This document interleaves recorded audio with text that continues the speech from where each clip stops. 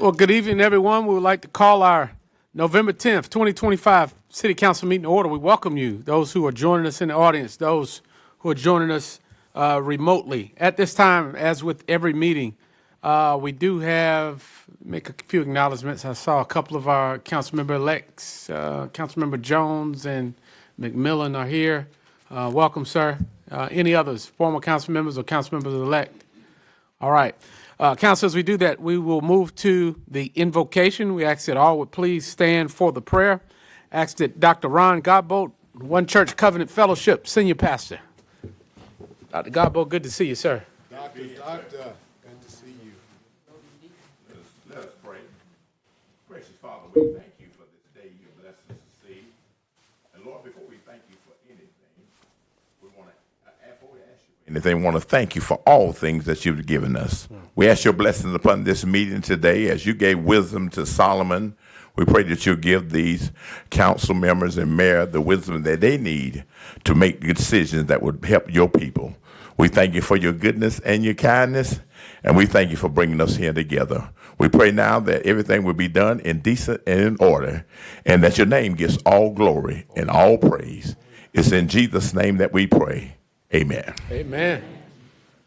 I pledge allegiance to the flag of the United States of America. Wait. I'm sorry. Where the Girl Scouts at? Sorry, ladies.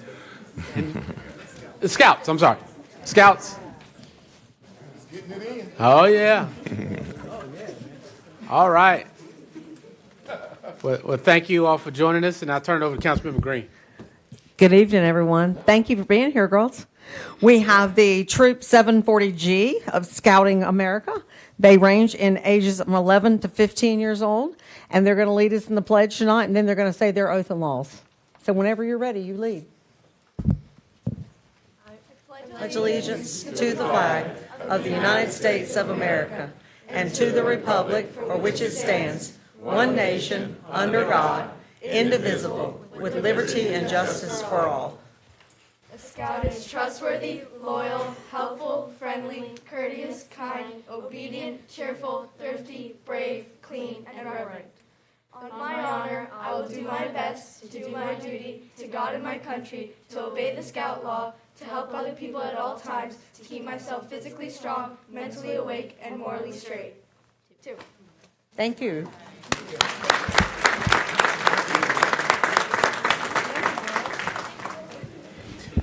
Dr. Godbolt, if you could, we thank you. Many of us know you, but if you could spend just a few moments and tell us about yourself and your ministry. Yes, sir. Be glad to. A few things have changed, Brother Mayor, since we met since we talked, my brother and I, we opened One Church Covenant Fellowship officially in the year 2021. But since that time, we have stepped aside as advisors, and we have a new group that's in charge. Most of my family members, and they're running things, and we're kind of on the side offering advice and help. And we're located at 918 Person Street here in the city of Fayetteville. And if you're ever around, every Sunday 11 a.m., we have our morning worship. Well, thank you. Thank you so much for what you're doing. And Dr. Gabo, don't get too far. I've got something else for you whenever you finish. So, Okay. calling up for you in just a second. Okay, thank you. All right. As we move into, thank you, Councilmember Green. Thank you, Scouts of America, for helping and blessing us with the Pledge of Allegiance. I'll go to Councilmember Hondros and Mayor Pro Tem Jensen for announcements. Thank you, Mr. Mayor. Just wanted the public to know this Saturday, November the 15th, Heal the Field is having an event, Stop the War. It's trying to make a positive impact on gun violence. There will be a special speaker all the way from Chicago, Mr. Marlon Chamberlain. So everyone come out Saturday, November 15th, 4 to 7 at 454 East Russell Street. Thank you. Thank you, Councilmember Hondros. Mayor Pro Tem and then Councilmember Davis. Thank you, Mr. Mayor. So before I give my announcement, I just want to give everybody a fun fact. I was a Girl Scout. I am that old that I was a Girl Scout. And every year I won that I sold the most cookies in my pack. So it started early for me. So I was very proud of my cookie sales. But with that being said, I did want to announce that Fayetteville, the St. Constantine Helen Greek Orthodox Church is getting ready to have their annual spaghetti dinner, and that is going to be November 19th. It will be at the Hellenic Center on Oak Ridge Avenue. Another fun fact about that is it is our 68th, I think it was, because my parents had their first date on the first spaghetti dinner at the Greek church. So come out and have some great spaghetti. Thank you. Thank you. Councilmember Davis. Yes, sir. Thank you, Mr. Mayor. I just want to acknowledge our junior mayor who is here, Ms. Ryland Mack. If you stand up, please, everybody can see you. Oh, yeah, Mayor.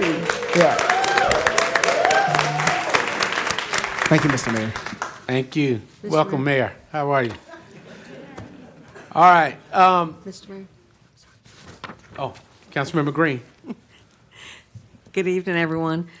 Saturday, the Fayetteville's Really Market will be in the Cross Creek Linear Park, which is at 324 Ray Avenue. The concept behind this is you bring things that you no longer need in your home, whether it's clothes, furniture, whatever kind of items you have. If you want to swap them out with somebody else that brings something, you're more than welcome. If you have or feel a desire to bring warm clothing, purchase new warm clothing, you can also go to the park that day and leave it, and it will be handed out to those less fortunate and those that need warm clothes, the homeless community. Thank you. Thank you. And just a point of information, we would like to ask all members of the community to join us in searching for little music. Blyther, I don't know if you've followed this on social media, but it's just recently turned 13 or 14. 14, a young lady that is missing since the 7th of this month.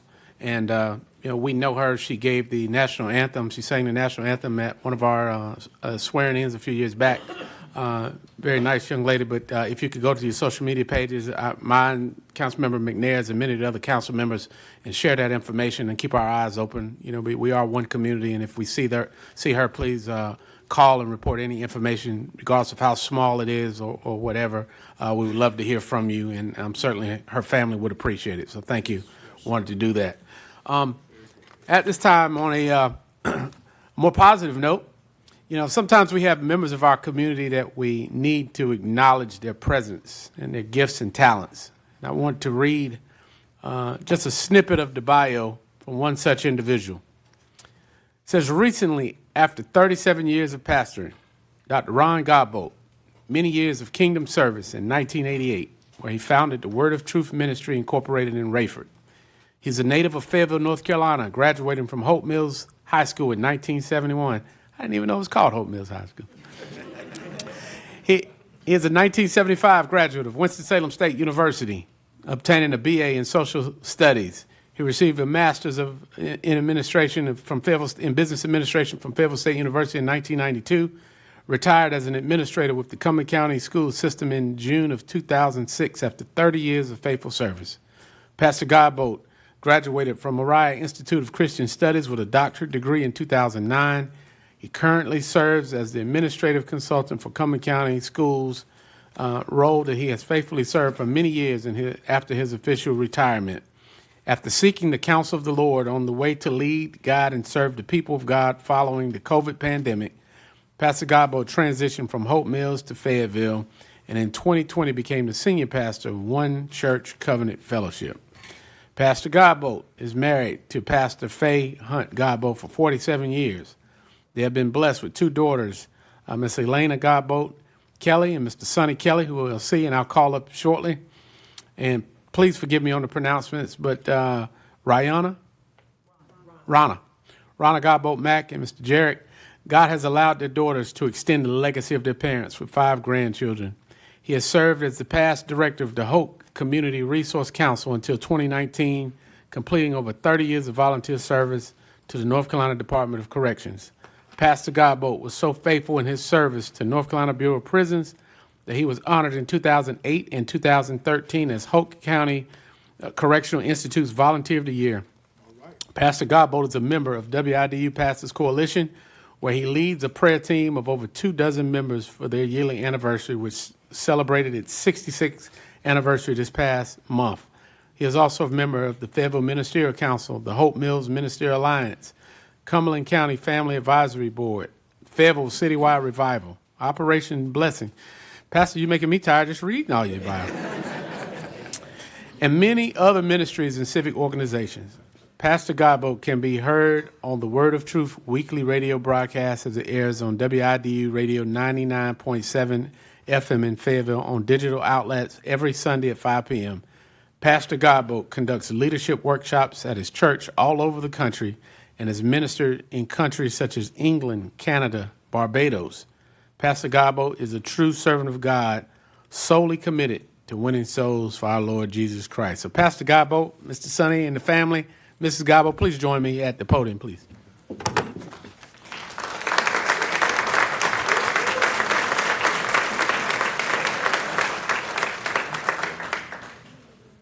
Come on up, come on up.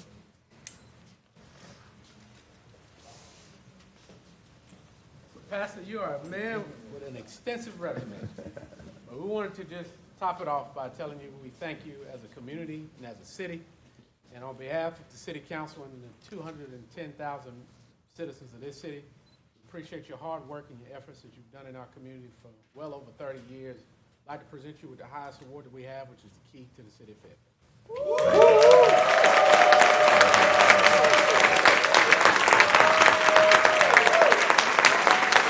Thank you.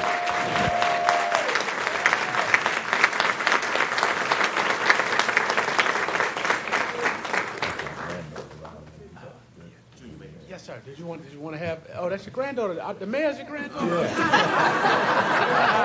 Yeah. You want to have words? Yeah. Can I ask our church? That's going to kind of pack y'all out. So don't think we don't like you when we leave. But they're here in One Church Covenant Fellowship. Would you please stand? Our new senior pastor, Terrence McAllister. Our senior pastor now is Terrence McAllister and his wife Jocelyn McAllister. Our youth pastors, of course, are Sonny and Elena Kelly, my children, and assistant pastor Elder Roy Vale Godbolt and his wife Crystal, and executive director my daughter Ronna Mack and her husband Deacon Jared Mack. Those are the new leadership for One Church Covenant Fellowship. So maybe my list won't be so long now. Well, you've done a lot. Congratulations. Thank you Thank to you. you and to your family. Thank you for loaning him to the community. And I know his work's not done. It's just chapter 2, right? So Right. Thank you. And All right. thank you for this great honor. I'm honored. I'm humbled to be here, and thank you so much for taking out time to give me this award, and I treasure it for the rest of my life. Thank you. And I would be remiss, and I'll get in trouble. Councilmember Derek Thompson was very disappointed that he was not able to share this because this was his initiative and his recommendation to our office, to my office, to do this. So on his behalf, we thank you, and thank you for receiving that, and thank you for your great work. All right. Thank you. I didn't say. I'm sorry. My brother is our bishop, John Godbout. He's say a you famous leaving out one. the Y'all, bishop. I'm sure Oh, yeah. y'all know him. Yes, sir. And his wife, Vertel Godbout. But we're both in the advisory role now at the church. Thank you. All right.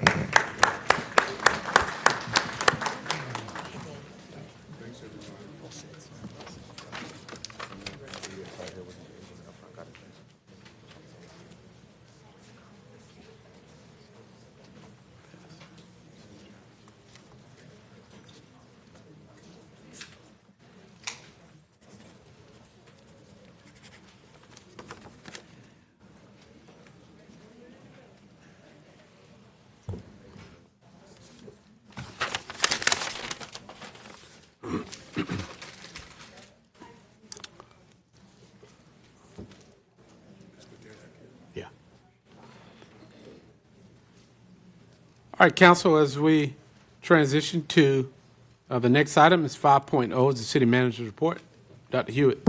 Yes, sir. Thank you, Mayor, and good evening, members of council and the community as well. Very short update tonight. Tomorrow is Veterans Day, and as such, city administrative offices will be closed. Our solid waste, city solid waste services will have a delay and instead be pick up Tuesday customers on Wednesday. All other services largely will be unaffected as it relates to solid waste as far as recycling. But a very detailed list can be found on the city's website. But probably also equally later this week, we'll have another one of our Fayetteville Out Front meetings. This one will be held at Lewis Chapel Middle School on Skybo at 6 p.m., and it will focus almost exclusively on transportation and connectivity in the city. We really encourage anyone who wants to learn more about what the city does as it relates to transportation and all its various means to come out and enjoy with us at 6 p.m., Lewis Chapel Middle School on Thursday at 6 p.m. All right, thank you, Mr. Hewitt. Council, moving to the next item is approval of the agenda. If we can entertain a motion to approve. So move, sir. All right, it's a motion by Councilmember Harris, seconded by Councilmember Banks McLaughlin. Any discussion on the motion? All right, Council, I'll look to you for your votes.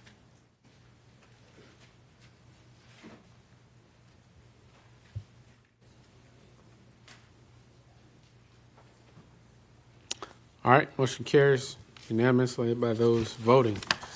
Council, moving to the next item, items of consent. The 8.08 items, I entertain a motion for that. Mayor, we have public forum first. We do. All right. That shifted around. All right.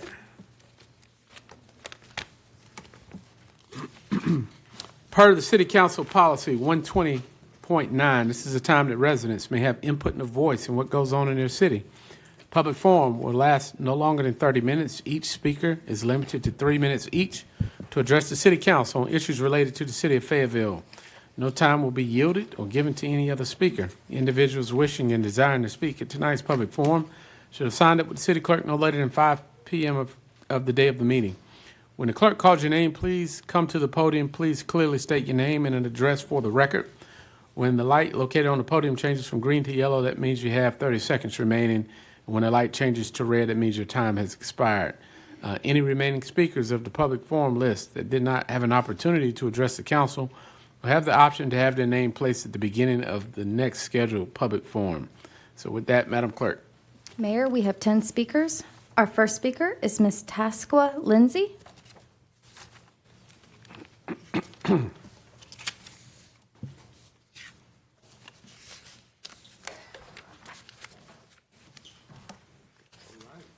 How are you? Oh, yeah. Good evening. My name is Lauren Anderson. I will be speaking on behalf of Ms. Tasha Lindsay. First, good evening, Mayor Colvin and City Council members. On behalf of the Outlaw Horse Club, we want to start by saying thank you for your continued support, especially for awarding us the Community Safety Grant. Your investment helps us keep creating safe, positive spaces where our neighbors can come together and learn. On October 4th, we hosted our Outlaw Community Outreach Day at VFW Post 6018, and it was an incredible success. Throughout the day, we welcomed over 400 people, including some of you sitting right here in this room, and we're so grateful you took the time to come out and support us. We couldn't have done it without our amazing partners, Sigma Beta Xi Sorority Incorporated, the Fayetteville area chapter of the National Council of Negro Women, also known as NCNW, Acts Missionary Baptist Church, Clark's Produce for addressing food insecurity, the Mo You Know Show, Jerome the Insurance Guy Scott, and the Dr. Cherie Foundation. It was a full and joyful day with horse rides, agricultural lessons from our very own scientist, Ms. Tamika Parker, line dancing, and breast cancer awareness activities. Most importantly, it was a day of connection, families learning, laughing, and building the community together. As we move forward, we'll keep standing strong as advocates for both our horses and our community, making sure we continue to provide safe, engaging spaces, even if it's just for a few hours at a time. Thank you again for believing in us and in the work we're doing for the city of Fayetteville. Thank you.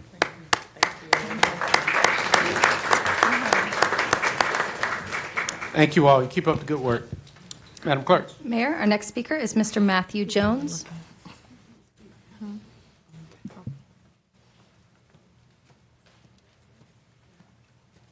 Good evening, Mr. Jones. What's up? Good evening. How are y'all? Good. I'm well, thank you. Hey, Lynn. All right, I'm just going to give us a gentle reminder. Jesus, okay, Jesus. We all need more Jesus, okay? If we forget this, Jesus, he went into hypovolemic shock when he took that cross for every single one of us. Hypovolemic shock. His intestines were exposed for all of us, for the world. It is what it is. That is what happened. So when we're thinking about this, we need to think about, when we're thinking about our community, it's not only our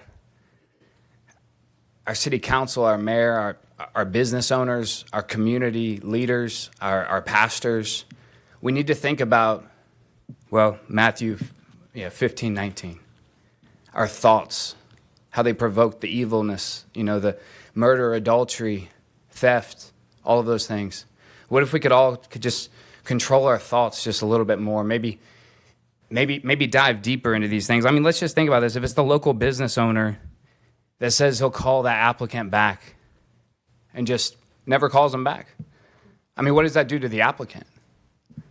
I mean, what if he said, this is going to be the last time I put in an application before I give up or before I decide no more, I'm just going to go on unemployment? What if it's the city postponing a meeting for a week, not really letting us know why, right before an election? We're just stuck in thought, just thinking. Murders usually don't take place without thoughts of evil. Goodness usually doesn't take place without thoughts of good. If we together can just think a little bit different. I mean, our police officers, they're exposed to evil, but they are exposed to good. But they have to think as well. Our attorneys, they have to think. Y'all have to think. We all have to think.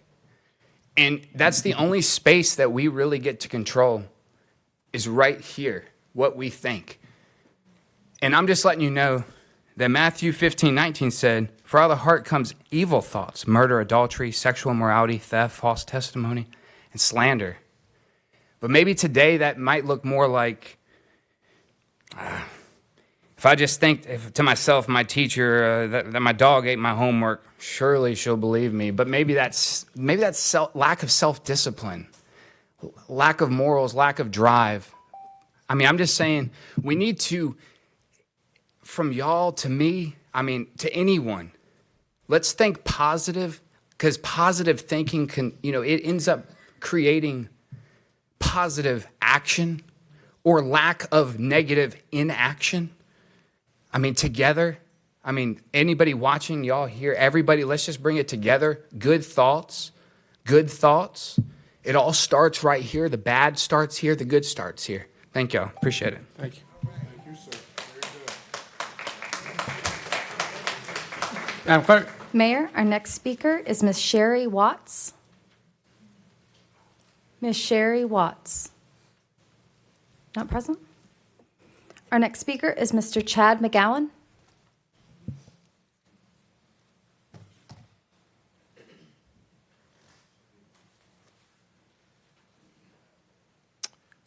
Mr. Chad, cracking skulls. Hello. How are you? Doing well. Is it time? Yes, sir. All right. Hey, first off and foremost, thank you guys all for being here. For every single position you guys fill in a seat, I appreciate what you do. So I am here today to speak a little bit about Sycamore Square. If you're not familiar with Sycamore Square, it's right next to my building, Cracking Skulls. There is a large chunk of property that is owned by a private investor, and he decided to close off Shannon Drive. Since that happened, I have now witnessed 4 different accidents turning off of Bragg Boulevard into Shannon Drive.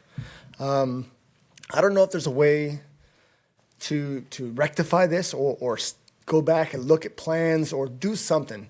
Not only has it caused accidents because there is only about 50 meters between Bragg Boulevard and the front of their property, there's not enough room for enough vehicles to pull off and safely navigate towards the Food Lion or towards the hibachi place over there, right? But I'm bringing it to you because not only is it affecting my business personally, but it is putting my neighbor out of business all the way together. And I know our goal in the city is to have thriving, veteran-owned and operated businesses. Well, what this just did was the opposite. So I'm coming to you because I don't know how to navigate it. I've attempted to navigate it appropriately, communicating with the fire marshal, communicating with the city manager's office, and kind of bringing my concerns up to that level at permitting.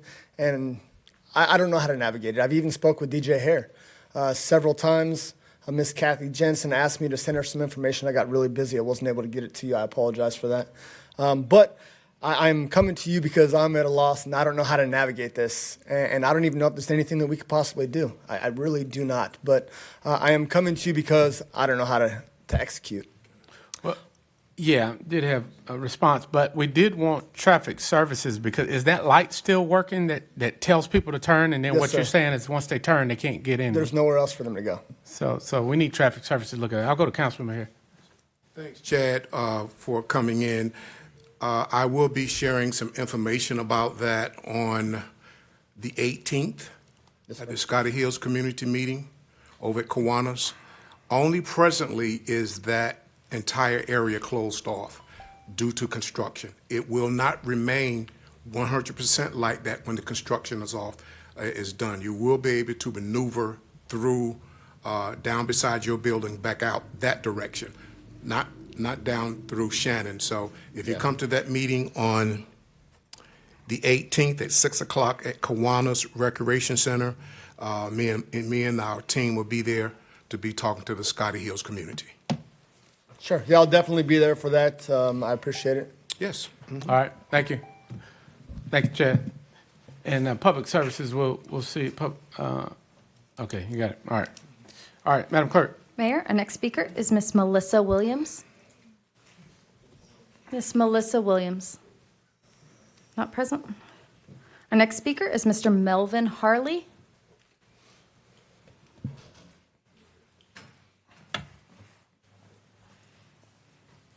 Good evening, sir.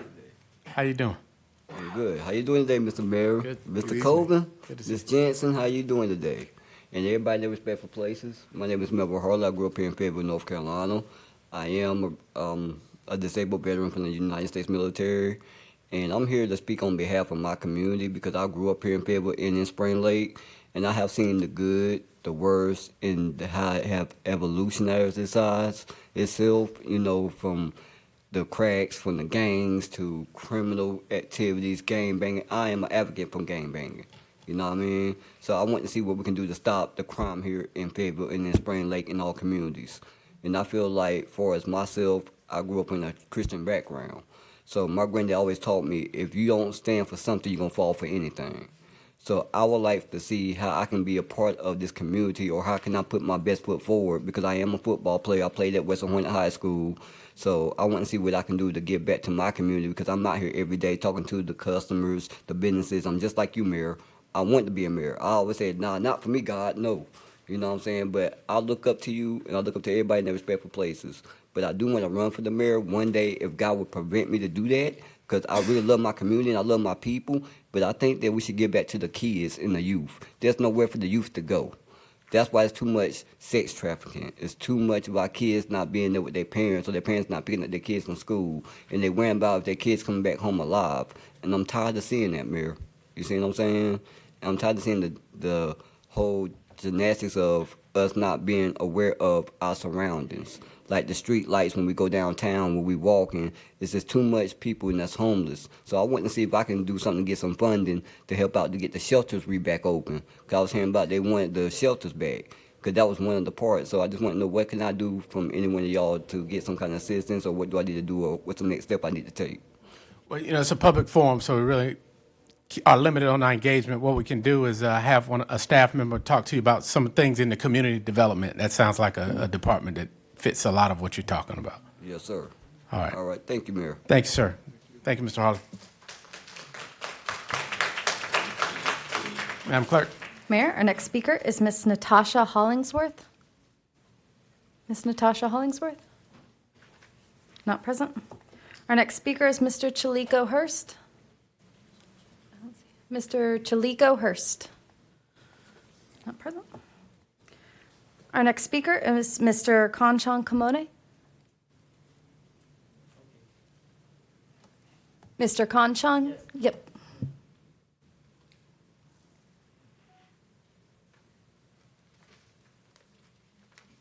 Good evening, sir. Good evening. I need to. Yeah, you got to give it to the clerk, sir.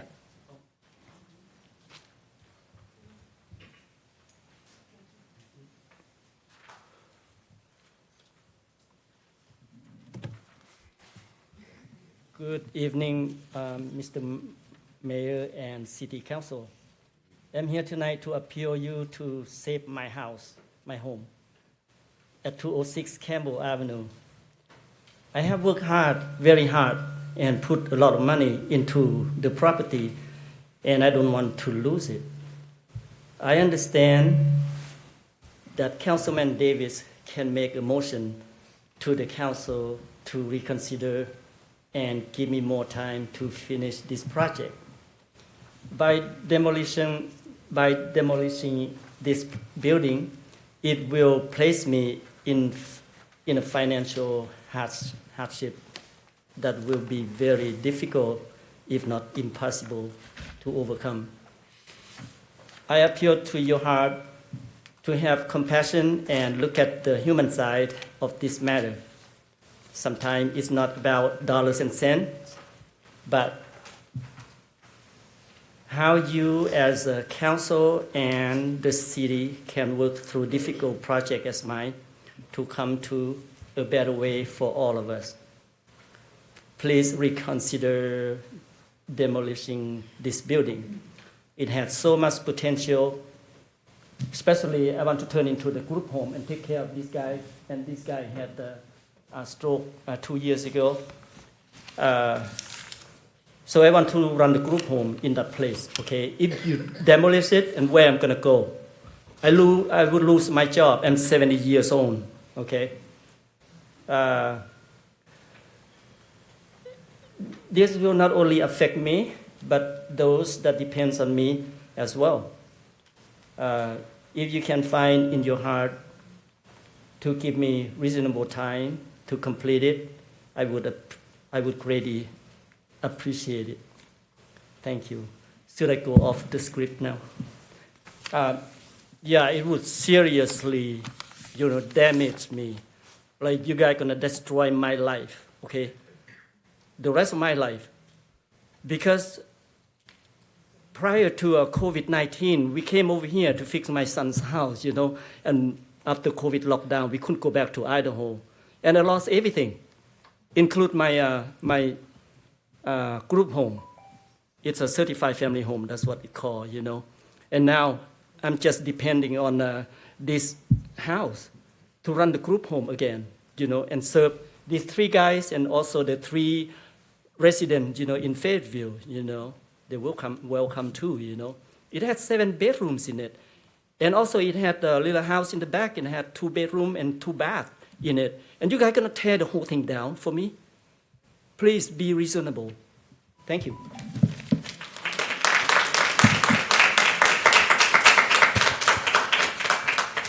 Madam Mayor, Clerk. our final speaker is Mr. Benjamin Holtquist.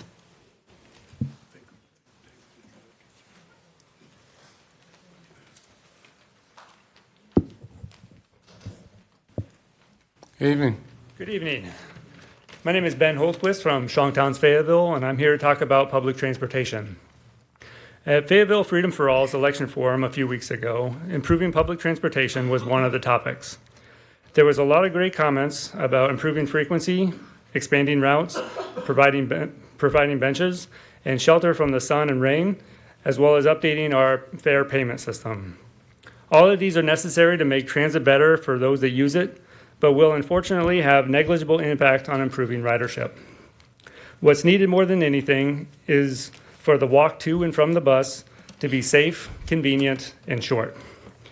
2 years ago, Sharon Moyer spoke at a couple of these meetings about the need for crosswalks across from the mall where she gets off the bus. Sharon is one of the 30+% of Fayetteville residents that are unable to drive a car after eye cancer impacted her vision. In the last 2 years, NCDOT has installed 3 crosswalks across Skybo, but none of them are across from the mall that FAST uses as a major bus hub. They did install 2 on the on-off ramp intersections of All-American Freeway, intersections that probably do not get a lot of pedestrian crossings. We need to work with DOT to ensure we have adequate crosswalks near bus stops and especially at intersections of our major bus hubs, so when someone gets off the bus, they can safely get to where they're needing to go without a car. The second priority needs to be the distance to and from bus stops. Obviously, the bus would not be very effective if it stopped at every block. However, where the bus stops are should be the highest concentration of businesses and housing.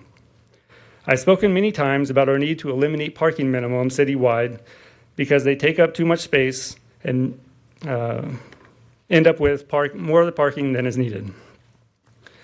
If the city's not ready to eliminate parking minimums everywhere, at least eliminate them within a quarter mile of all bus stops and a half mile of all transfer locations. If the mall parking lot can host a carnival twice a year and massive tent sales regularly, they have enough parking. We all know that Fayetteville is the least walkable city in the country. It will take decades for us to make this entire city walkable. Let's focus on where walkability matters most.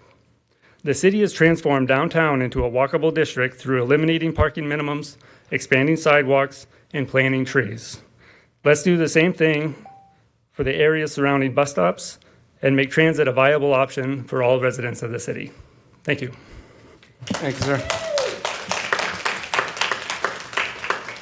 Madam Clerk. Mayor, we have no further speakers for the public forum. All right, thank you all who participated in the public forum. So council will move to the 8-point items to consent. Any comments or questions on the consent?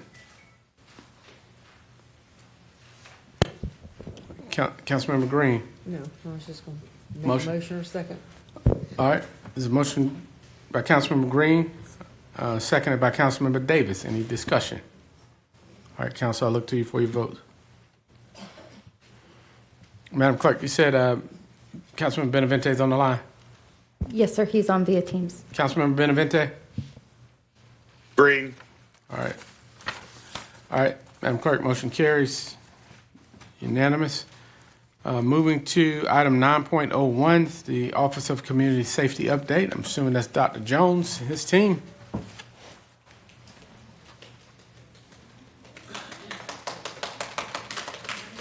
Good evening, sir. Good evening, council. Good evening, mayor, mayor pro tem, city manager, city attorney, city clerk, community behind me. Welcome, welcome, welcome. First, just quick correction. I don't have my PhD yet, mayor. I appreciate the. We're speaking that into. Come on now. I appreciate that. I appreciate that. Today is a monumental day because today is the first ever quarterly report for the Office of Community Safety. For those who do not know, my name is John Jones. I have the incredible honor and privilege to serve as the director for the Office of Community Safety. And before I start, just really want to, again, we're going to be a little bit long-winded today because it's the first. History is happening in front of you.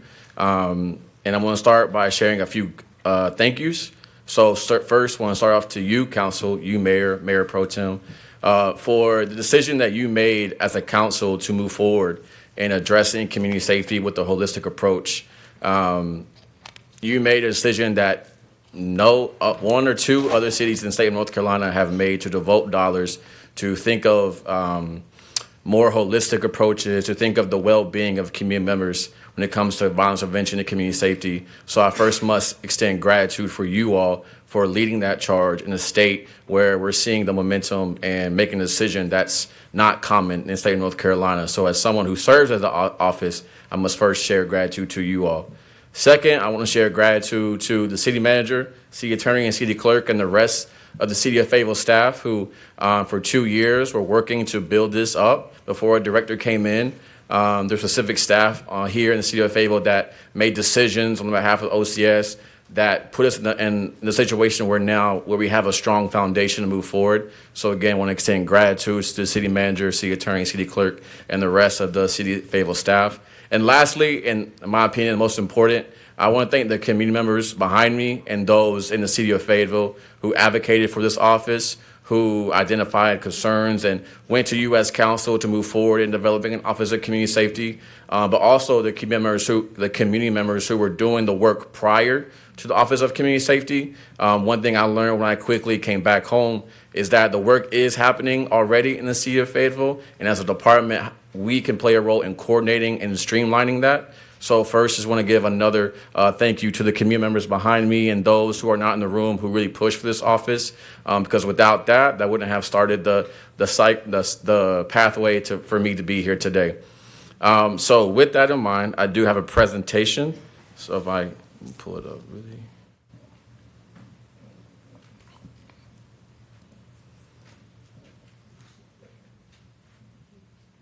Apologies, this is my first time, so. You're doing good, man. Be gracious with me. So I'll make sure I'm doing this correct. Put it in presentation mode. Okay. Cool. Beautiful. All right. Again, council, thank you for allowing me to be here today. This is the first of many quarterly updates. So with that, I shared my soliloquy about gratitude.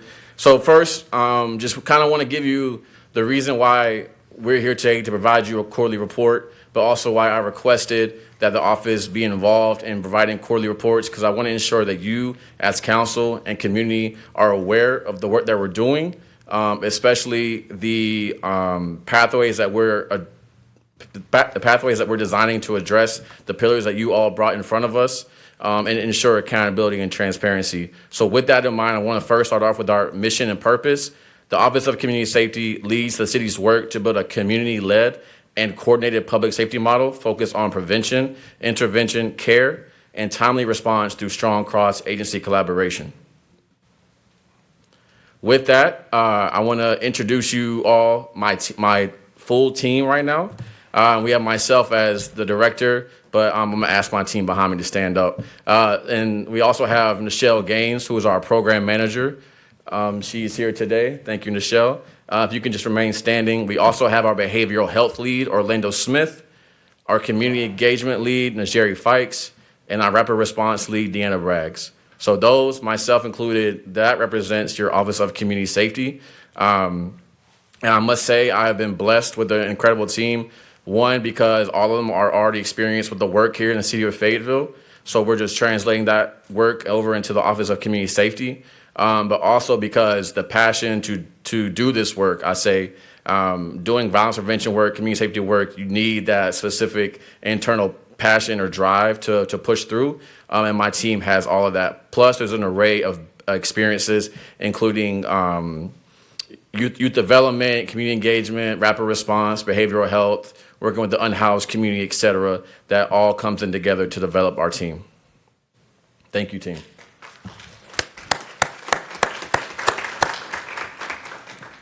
And before I get into the weeds of the report, just want to remind everyone of the 4 pillars that you, council, gave us as an office to really dive in on. First, we have community-based violence prevention. Second, we have our homelessness response. Third, we have youth initiatives. And fourth, mental health response and diversion. So the stats that you see in front of you, you have already received in the report that Chris Lowry and Andy Brayboy brought to you from the city manager's SPA report. I do want to go over them quickly just as a reminder for everyone. When it comes to community violence intervention and youth programming, what we identified here in the city of Fayetteville is as we develop long-term solutions and develop programs, et cetera, how can we play a role in addressing real-time needs today? So with that, we understand community engagement is important. We have to understand as an office who is doing the work, who do we need to ensure we have at the table when it comes to making decisions as we truly desire to be community-led. So with that, in the first quarter, which is July 1st through September 30th, we had over 50 community engagements, I believe 59 to be exact. And when I say community engagements, that entails us as a staff going in community and meeting with community folks, whether it was during business hours, whether it was at community watch meetings, whether it was at Saturday events. If you see me, you might see some photos of me in a suit, you might see some photos of me in sweatpants, because the goal is we want to be where community are.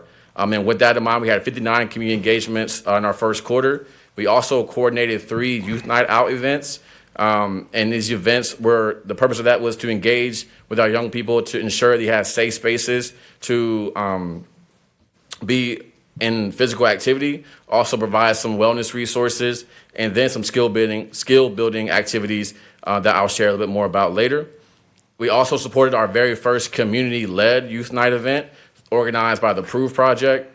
The difference is instead of OCS taking charge and incorporating what we want to do, we instead supported an organization to do that, to ensure that because they're the ones who are on the ground, who have the ears of the community, how can we utilize them to provide the better suited solutions and resources while we as an office support them in that.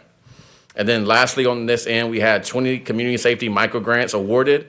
I believe we had one introduce themselves today and share gratitude. In the first quarter, we did provide $84,500 towards community-based organizations or community groups in the city of Fayetteville, all with the purpose of addressing community safety through the lens that they best saw fit. So just want to ensure that we highlight that. The second thing I want to highlight today, again, that you all received before, is our calls regarding our rapid response calls regarding the unhoused community and behavioral health.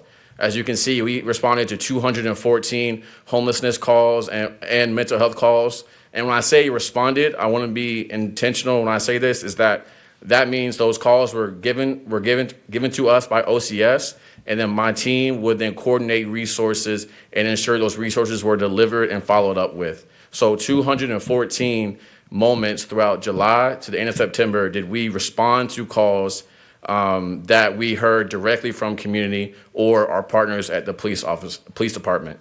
Through that, we provided 52 referrals made to our behavioral health partners here in the city of Fayetteville, and we had 84 on-site outreach visits conducted to connect residents with services and assess immediate needs. 84 times did my team go out when we received a rapid response call, and instead of just saying, okay, I have an idea, let's get a resource, my team went out to go meet them where they were and then identify the best resource to coordinate in that time. So with everything we do, we want to be as intentional as possible. We want to ensure that we have community engagement involved. In our first quarter, those are the numbers we have. So what I want to do now is move forward in our pillar review to give you all an awareness of what we're looking to do within our pillar and also what we've done in the first quarter. in most cases, a new department, first quarter, you think, we're going to just sit back and meet with the people and identify pathways. However, we recognize that the Office of Community Safety, there's been a long wait for us to be here, and we recognize there's still work to be done while we do develop long-term solutions and programming.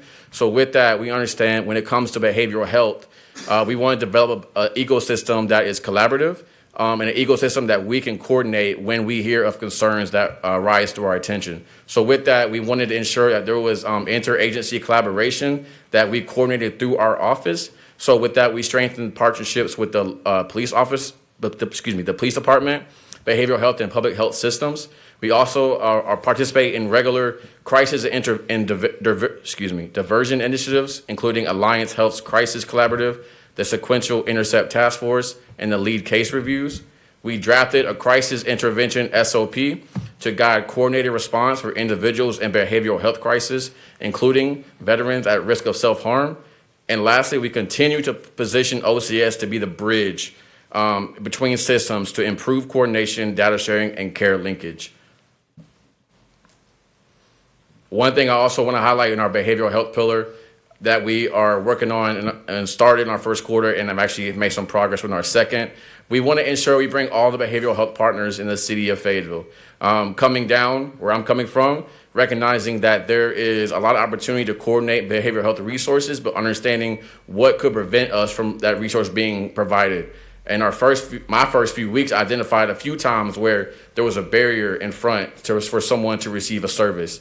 So with that in mind, we identified the need to bring all behavioral health partners in the city of Fayetteville, also surrounding Cumberland County, and bring everyone to identify the gaps, the responsibilities of their organization, but also for us as an office to develop initiatives and programming that we could develop to address that we move forward in a system is in need of behavioral health services. We remove any barriers possible. So with that, it's Behavioral Health Summit. It's the first of that. And then as an office, we will then dissect the information from that time and then go back, identify how can we address the concerns that we hear. That is significant, and Orlando Smith, I want to give him give him a huge shout out. He's been doing very intentional work on that, and his background, very passionate about this, and we understand that we don't want to work in silos. We want to build that collaborative ecosystem here in the city of Fayetteville. So just want to also give you some practical examples. I know I talked about what we do, coordinate, et cetera, but I want to give you 3 real examples that my team have worked on to provide you what a day in OCS looks like. First is our case number 1. We had an elderly resident facing cognitive decline, untreated chronic illness, and financial exploitation, and was supported through the Unified Case Conference that included Adult Protective Services, police investigators, OCS behavioral health staff, and medical partners. OCS facilitated, escorted medical appointments, ensured safe access to funds, and coordinated home health and social work referrals. Not only did we do that, but we also continue to provide follow-up. I believe my team is on a weekly meeting with those individuals who are brought in to provide supports for this resident, because we want to ensure we don't just say, hey, we got to check off the box. We want to ensure the services are still being provided. So with that, case number 2, we have a senior community member experiencing paranoia and neighborhood conflict that was engaged through our OCS field visits, family outreach, and safety planning. OCS clarified its non-enforcement role, reduced tension through direct mediation, and supported the return of community watch meetings as a neighborhood safety strategy. The third example, OCS responded to a call from a young mother with 2 small children in need of shelter. OCS was able to secure temporary hotel accommodations for the family and assisted them the following day with transportation to the Day Resource Center to complete coordinated entry enrollment. And then OCS continued support by helping the family locate and secure a rental home where they are now stably housed. So I bring that last example up because here I want you to see how OCS works. An example was brought to our attention. A concern directly from community was brought to our attention. We as OCS came together, identified resources in the city of Fayetteville, reached out to them. My team is very determined to identify ways to support our community members. And with that, we now have an example of where proper coordination and collaboration now has a mother and 2 children permanently housed. And the last update we've had is they are doing well. So think of it like that. An issue arises, We coordinate, we collaborate, we deliver the product or the solution to the individual that is in need, and then our team follows up to ensure this is not just a one-off, but we are ensuring that there is continued care to that. Secondly, community violence intervention. Community violence intervention, just really quickly want to kind of give a breakdown of what that looks like. When you think about community violence intervention and prevention, prevention is what can we do, what steps can be taken prior so that we don't have to intervene. But as we all know, sometimes things get pushed and there's a need for intervention. So intervention when it comes to community violence means a trusted messenger has the ability to influence someone who is about to cause violence to be able to de-escalate and then be able to remove the concern of that individual so that we do not see an act of violence with that. So we're thinking trusted messengers with the city of Fayetteville. And with that, we have contracted with one organization, the Proof Project, led by Kevin Brooks, to be our one community violence intervention partner in the city of Fayetteville. Just want to highlight a little bit about the work he's done, the work that he does under the Proof Project. So his focus areas are violence prevention and intervention, youth and family engagement, workforce and skills development, community partnership expansion, and also just want to ensure that we are hyper-focused in our work. And with that, Proof's work is centered in the Fayetteville zip codes 28301, 28303, and 28305. I want to highlight the work that he's done specifically under this first quarter with OCS.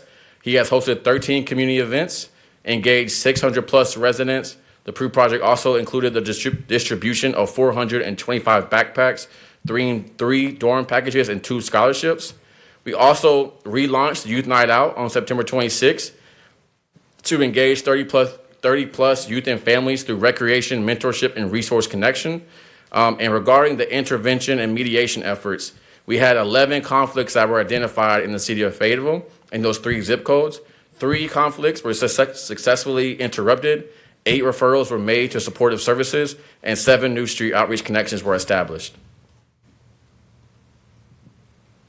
Lastly, regarding the community violence intervention pillar, we understand as an office that we have needs today that we need to work on. I recognize as director, there are people in the city of Fayetteville who need the resources to be coordinated so that their care is being provided through us as an office. So with that, we understand we want to scale this system out and develop a sustainable strategic plan and community violence intervention strategy that precedes my time as director and those for the generations to come. So with that, we are partnering through a contract with our consultant, the National Institute for Criminal Justice Reform.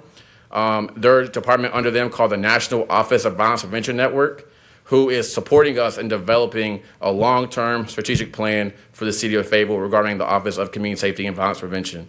One thing I would say, the person who we are working with directly is the individual, her name is Tracy Campbell, who developed the first ever Office of Community Safety in the state of North Carolina at the Mecklenburg County. So we are working with her and her experience and as director of Mecklenburg County to coordinate and support us in developing a long-term sustainable strategy regarding community violence and intervention. Next pillar, homelessness or the unhoused community. Again, rapid response. How are we addressing the real needs of people? So with that, just kind of want to give the breakdown of how we get these calls. So we want to give a huge thank you to our partners at the police department who have accepted the concept of Office of Community Safety very well. I must commend Chief Bryan for being extremely supportive in the work that we're doing, always looking to collaborate. And with that in mind, we have 32 referrals directly from his officers. We also had 182 direct calls to our OCS rapid response lead, Deanna Braggs. Again, that is through her experience being under PD and now being under the OCS. Again, we had 84 outreach on-site, field outreach on-site visits, and we had 52 mental health referrals through OCS. The last pillar I want to go over is our youth programming. So our first quarter, again, we were just getting started, but we wanted to ensure that spaces were activated for our young people. So with that, we hosted 3 late-night youth events and supported 1 community-led youth night through Proof Project, engaging over 100 young people through the ages of 12 to 17. Activities included financial literacy, cooking, basketball, gaming, mentoring, restorative justice circles, and transportation was provided for young people as well.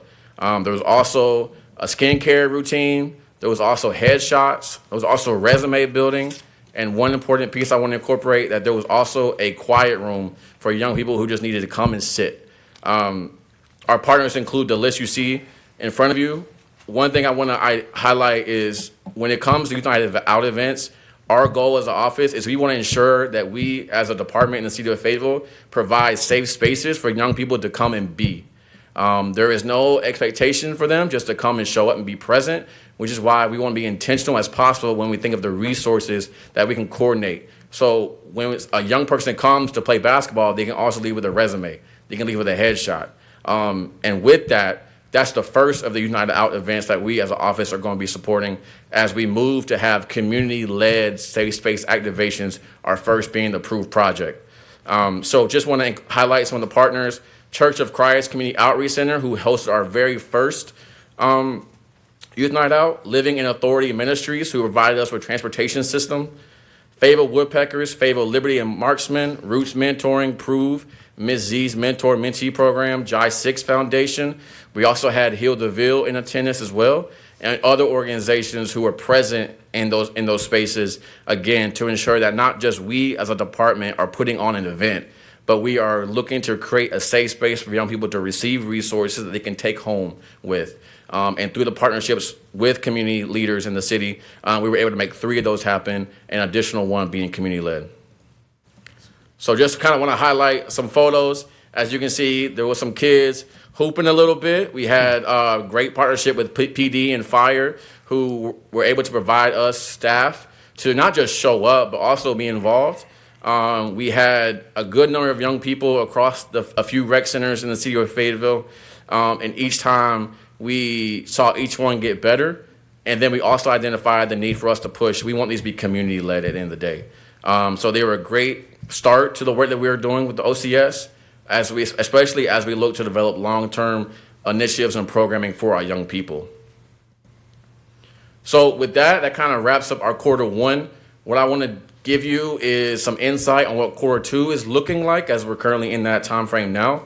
So one thing we want to first start off with is we are looking to have a community-facing quarterly update meeting and part of the OCS agenda. What that is exactly what I'm doing now. However, this is with community members, and we are ensuring dissemination is provided through the multiple communication channels we have here at the city of Fayetteville, but also with our community partners as well. So the first one will be November 20th, 2025 at Senior Center East, 6 p.m. to 8 p.m. We would love to invite everyone who's listening out. There will be a flyer, I believe, finalized tomorrow. We had to make a quick change. But the goal of that is to, again, provide the transparency and accountability in front of community, but also utilize that time to ensure we are receiving feedback from community about the work that we're doing as an office. We want to create those spaces for someone to say, I like this idea, let's shift it a little bit, or that idea resonates with them, but on our side of the city, it resonates us with a little bit differently. And that's not an issue. That's just where we really tailor our work to the voices of community. Second, as a rapid response, incident response protocol. Think of it like this. Deanna Braggs is a rapid response lead. Her role moving forward is how do we, as an OCS, coordinate quick responses to address the concerns that we hear through community. And when I say we hear through community, we're hearing that through phone calls we get through the Fayetteville call center. We get that through emails from you all as council or community partners or leaders. We also get those concerns when we're in community watch meetings or engagements. And the goal of that is utilize the city of Fayetteville and our departments, as well with the community partners here in the city of Fayetteville, to coordinate a solution and address that rapidly. Secondly, on the part of that is our incident response protocol. When a tragedy occurs in the city of Fayetteville, how do we as a city of Fayetteville coordinate solutions and care for those impacted by that?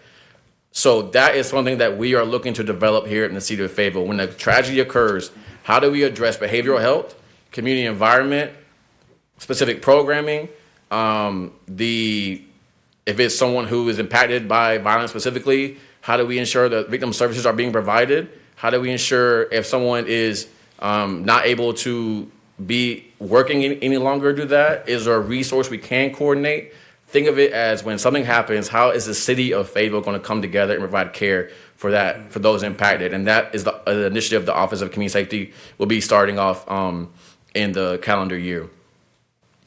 Next, we have our 911 call analysis. One of the biggest pushes for this office was a behavioral health response model for the city of Fayetteville. And I want to share with everyone that we are moving in the right direction with that. We are working with HR to have a job description posted, to have someone be our program manager to develop that within our office, while we're also working with Campbell University and Fayetteville State University to ensure that you as council are given the quantitative data to ensure that decisions that you all make regarding the behavioral health response model is aligned with what we see in Fayetteville, while also working with community to provide the qualitative input to ensure, again, that any initiatives and programs that we develop as an office are not just data-led, but also community-led in how we bring that together. So for anyone that is listening or asking where is the behavioral health response model, we are looking to hire someone. We are getting the analysis. And while we wait for the analysis, the person who comes on board will be making the proper steps. And I bring that up because we are working with the Harvard Kennedy School of Business and other partners across the nation who have stood up systems like this in other cities. And I must say they're doing it for pro bono. Let me just add that. But we're bringing in partners to help us guide that. So while we wait for the numbers, we're making the right steps to streamline this as soon as possible. So ensure that is actually moving in the right direction. Next thing is safe space activations. When we think about community violence intervention, studies show that when you activate spaces on a regular occurrence, crime in those areas go down over time. And with that in mind, as the Office of Community Safety, we have 5 folks on my team, including myself. So what does it look like for us to provide dollars for community partners and leaders to activate spaces in their own neighborhood and block? So imagine next year we have activations every week for months and months. That is what I'm thinking of when it comes to safe space activations. It could be a youth night out. It could be a cookout on the block. Activating spaces across the city of Fayetteville so we can say that people have somewhere to go, but also it doesn't have to be just one event. It could really expand to multiple across the city. And I have seen data show that when you activate spaces, crime will decrease. And with that in mind, we look to provide the dollars for community to lead those initiatives. Next is our behavioral health summit, which I already explained. Next is our office communication plan. I know I don't listen to the radio like that, but some people do listen to the radio. I know I get my information from social media, but some people don't have iPhones or Androids. So with that in mind, we understand that we need to tailor our communication strategy to fit the needs of all residents of the city of Fayetteville. So we're thinking about the newspapers, we're thinking about the social media websites, we're thinking about the radio stations, we're thinking about the newsletters, et cetera, et cetera. We're also thinking about how can we ensure that community partners and leaders who have influence and are trusted messengers in the city of Fayetteville are aware of the work that we're doing so that they can also share with their constituents and their specific area as well. So with that in mind, we are developing our Office of Community Safety Communication Plan through partnership with Lauren and his department, Department of Communication in the City Manager's Office. And that would be something that we want to have clear and consistent messaging for all people of Fayetteville. Next is our youth initiatives, engaging and empowering young people. We are exploring ideas when it comes to youth programming that we will look to finalize here in the beginning of the calendar year. So I'll wait to announce all of that. We will make sure we dot our I's and cross our T's. But we understand that we as the Office of Community Safety have the opportunity to fund programs for our young people that not only provide places to be, but also provide lifelong skills, could potentially workforce development, hands-on training, while we partner with our Department of Economic and Community Development to ensure that we are not reinventing the wheel, but maybe we're taking that wheel and putting some 22s on it. So thank you for those who laughed. Thank you for those who laughed. Okay, I appreciate that. But I say that, though, because there's already things in the city of Fayetteville that are occurring. And as the Office of Community Safety, what we don't want to do is reinvent the wheel. We want to be intentional when it comes to the resources and the programs that we develop and we fund. So with that, how can we take our time, ensure that the strategies that we put out really will affect our young people? So be on lookout for that. As Core 2, we look to develop more and more of that. And lastly is our violence intervention strategy, advancing a comprehensive citywide plan that is sustainable, that is really addressing the needs of our people, that is intervening so that we can not only save lives as a city, but also we can change the pathways for individuals who may just need resources and services to put them in a better direction. And how do we, as the Office of Community Safety, ensure that our strategy is well developed and sound? Last slide, we'll end here. We have the Office of Community Safety outside, as I like to say. You see my team and others involved in youth night outs. We're at the radio stations. We're at the police walk downs. We're at the community watch meetings. We're everywhere.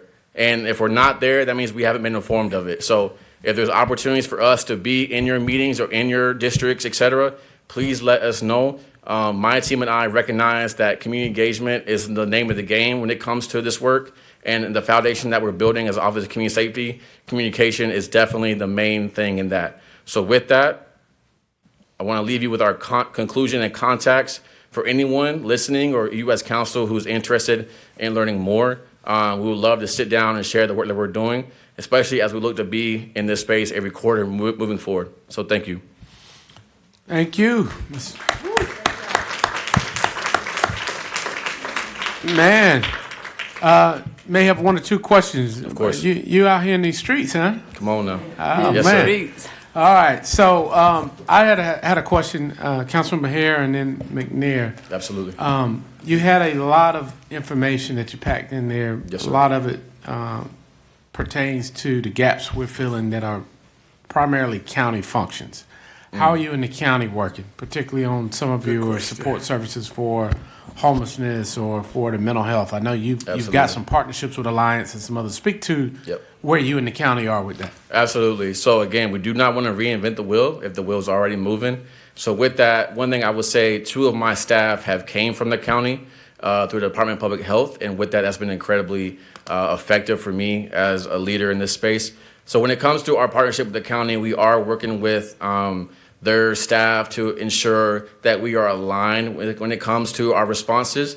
We're also working with the county, for example, the continuum of care and et cetera, to ensure that OCS is at the table and that when we do hear of needs in the community, that we also include the county in those conversations. So if someone who is unhoused, for example, if someone who is unhoused comes to us as OCS, we recognize the county has initiatives that they have in place. How can we support the coordination of that resource with the person that we're interacting with at the moment? When it comes to the long-term plan, the behavioral health response model, we are moving forward in the direction that we're moving, and we want to ensure that the direction we're moving is aligned with the county so that we are not taking steps back in the future. So with that, we are meeting with the appropriate staff at the county level, but also my team is working with the county with the resources they have in place and ensuring that we're not, again, reinventing the wheel here in the city of Fayetteville. Gotcha. All right. So we got Councilman Hare, McNair, and then Benavente. Thank you, Mayor.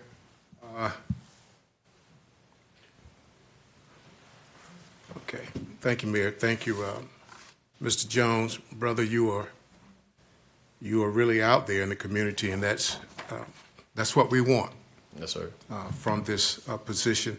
I have about 4 or 5 questions. First, I like the referrals that you're doing.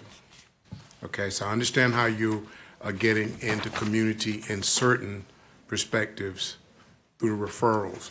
But when there's like a 911 Sure. Concern that comes up, how does that get to you? So typically when a concern like that arises, say it's non-violent, typically what has happened in the past is an individual will reach out to the Fayetteville call center and we'll get that information. If it's a crisis, Chief Brian will give me a call and say, hey, I received this. Just want to let you know as director. And then my job is to work with my team to coordinate a response for that. So if someone makes a 911 call that may be along your avenue, that's sent over to you through the police department, through the dispatcher, whoever calls you from there. So what I would say is we haven't developed an exact protocol when it comes to that. I think I believe as an office, that is something that, especially when we look forward in this behavioral health response model, having conversations and having OCS in those conversations regarding 911 calls is something that would be a benefit for us as an office. However, I will say in the current moment, what has happened is Chief Brian would give me a call and say, this is what's going on, and for my awareness. As we move forward, we look to streamline like a SOP so that we are not missing calls, et cetera, but also ensuring that when community reaches out to us or people reach out to the Office of Community Safety, right now we are not classified as first responders. Right. As we look to develop that first responder model within our behavioral health response. I was at an event and I was talking to some adults there with their kids, and they were saying that sometimes the children, or even them, yes, sir, may not want to go. Well, the issues of being involved in one of the events if they see police officers. Yes, sir. And whatever that perspective brings to different folk. Yes, sir. How do you deal with that? Yes, sir. Have you heard that concern before? Yes, sir, I have. And I'll say one thing. Chief Brian and his staff have been incredibly helpful and considerate when it comes to responses like that. So with our Youth Night Out events, we want to ensure that police aren't just standing there, but they're also participating. Okay. He has staff that has signed up for additional duties to ensure that they're present, et cetera. So that's one. Secondly, that is where, as an Office of Community Safety, we are looking towards supporting community-led safe space activations across the city. And what I mean by that is it could be a youth night out event, a huge event at the rec center. It could also be an activation outside the block, for lack of a better term. And I bring that up because I recognize as in my position that if I, as a director of Office of Community Safety, coordinate an event, that I'm not going to get a lot of young people from various backgrounds in that room. However, a trusted messenger in the community who is well known, has influence, and has trust within that community area, if I can support you in having your own activation, and let's say you need supports like tables, tents, chairs, you need a portable restroom, you need help with permitting. When I think about OCS's role in coordinating and supporting community-led activations, that is the vision, because I do recognize that if I have a city event, if I'm a young person, I'm gonna be transparent, I may not go. But if, let's say, my friend who I have great relationship with and who provides incredible wisdom to me and looks out for me says, hey, come outside, we'll have something outside your door, you're more likely to come. Right. And when it comes to an Office of Community Safety, everything we want to do is, the goal is to have everything be community-led. And in my experiences, when we have activations supported and hosted by community, you see greater turnout. Mm-hmm. But also, one thing I want to add is it's not just to have fun. We want to think about an example where if someone is in need of a resource and they can't leave their home to get that resource, but they can leave their home to get a burger and have like their kids on a little jumpy house, then I, as a director of Office of Community Safety, can coordinate with that trusted messenger to say, okay, there's a potential resource that we can have on site, so that that person who's in need of that can receive that outside their home without leaving their home and feeling unsafe, but we can be intentional about whatever that resource could look like. So that is where that partnership and that collaboration and coordination comes into play regarding activations here in the city. Well, I do appreciate it, man. I love to see how we continue to grow with this. Yes, sir. You said one thing that was brand new to me. I think you call it the quiet zone. Yes, sir. I really do like that, and especially whenever we can go in and kind of retrain the minds and thinking of people, so that when we are not around, when they're out there on their own, maybe they can regurgitate some of that. Yes, sir. Yeah, so appreciate it. Thank you, Mayor. Yes, sir. Yes, sir. Thank you. Councilmember McNair. Yes, sir. Thank you, Mr. Mayor. Thank you, Mr. Jones. That was an outstanding report. Thank you. Hats off to you and your staff back there, yes, Ms. Deanna, and the rest of you guys. Great job. Also, I had the opportunity to show off some of my basketball skills. Come on now. At Clifton. I saw you. Don't you worry. I was looking for the mayor to show up. He didn't show up. Which scared me. I ain't want you to beat me. All right, now I was waiting for you. Yes, ma'am. All right, well, thank you, sir. Outstanding. Thank you. All right, Councilmember Benavente. Thank you, Mr. Mayor. Director Jones, you mentioned that you are partnering with, I guess it was a statewide or potentially a national org to help develop, I guess, more details around the next steps for the city of Fayetteville. I think you cited that the person we may be working with directly is someone who brought one of these offices to Charlotte. Could you give us a little bit more detail about that? Is that sort of when we're going to see a 30, 60, 90 plan develop specifically? No, sir, Councilman Benavente. Just to kind of piggyback, the National Institute for Criminal Justice Reform, NIC Jr., as we say, under them is the National Offensive Violence Prevention Network. We have a contract with them to provide technical assistance for us for a whole year, but also part of the responsibility is to ensure and support us in coordinating and developing a Office of Community Safety strategic plan. That is a multi-year strategic plan. They are not, I'm sorry, I'm going back to your question. So the Tracy Campbell, who is the person that we're working with, she started the Office of Violence Prevention under the Mecklenburg County Department of Public Health. And she now transitioned over to be with the NOVPN. One thing I can say about the NOVPN is they have helped cities who are starting an Office of Community Safety and Violence Prevention not only ensure that we're building a foundation that is sustainable, but that we're being intentional about the work being done, utilizing their experiences. Their staff also include the former deputy mayor of community safety for the city of Baltimore as well. So utilizing their knowledge and wisdom to ensure that we as an Office of Community Safety are preparing and building a foundation, not just in community violence intervention, but in all facets that we have as an Office of Community Safety. And then what we're looking to do come January is we're going to be having intentional community feedback sessions during the middle of January, where we will be extending invites to community members to partake in those, where we can ensure that their input is incorporated into the strategic plan that we're developing as an Office of Community Safety. And then I'm speaking way ahead, but on January 21st, we'll have a larger quarterly update meeting in front of the community where we look to have more opportunities for community to provide feedback. So their role in the work of the OCS is supporting us into developing a strategic plan long term for the city of Fayetteville. Again, that plan is multi-year. Well, I appreciate that clarity. And I guess what I was also trying to get to beyond understanding that better is what future quarterly reports look like as it relates to data.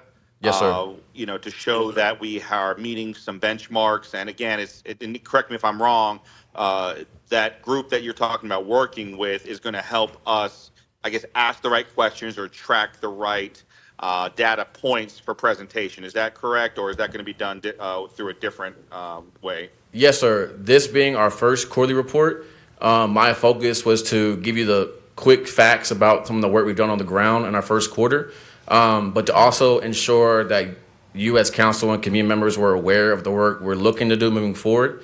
Moving forward in our quarterly updates, I will take what your response and as feedback and ensure that moving forward we are more intentional when it comes to data sets. Because to your point, Councilman Benavente, we are data-led and community-led paired together. So having that incorporated into our quarterly updates is something that we are currently in the process of ensuring proper data sharing, et cetera, through, again, Chief Brian's trusted partnership in this. So with that in mind, those will be incorporated into the future updates to ensure that there is full transparency. I have one more question. Well, yeah, and I don't doubt it. I know that these things are, I think you guys were able to put this quarterly report together very quickly when you think about when you came on board, when you actually got a team under you. And I am grateful that you were able to present this first quarterly report while I'm still on council. So I understand that this was a great prologue to Chapter 1. I think that will be coming soon in your future quarterly reports.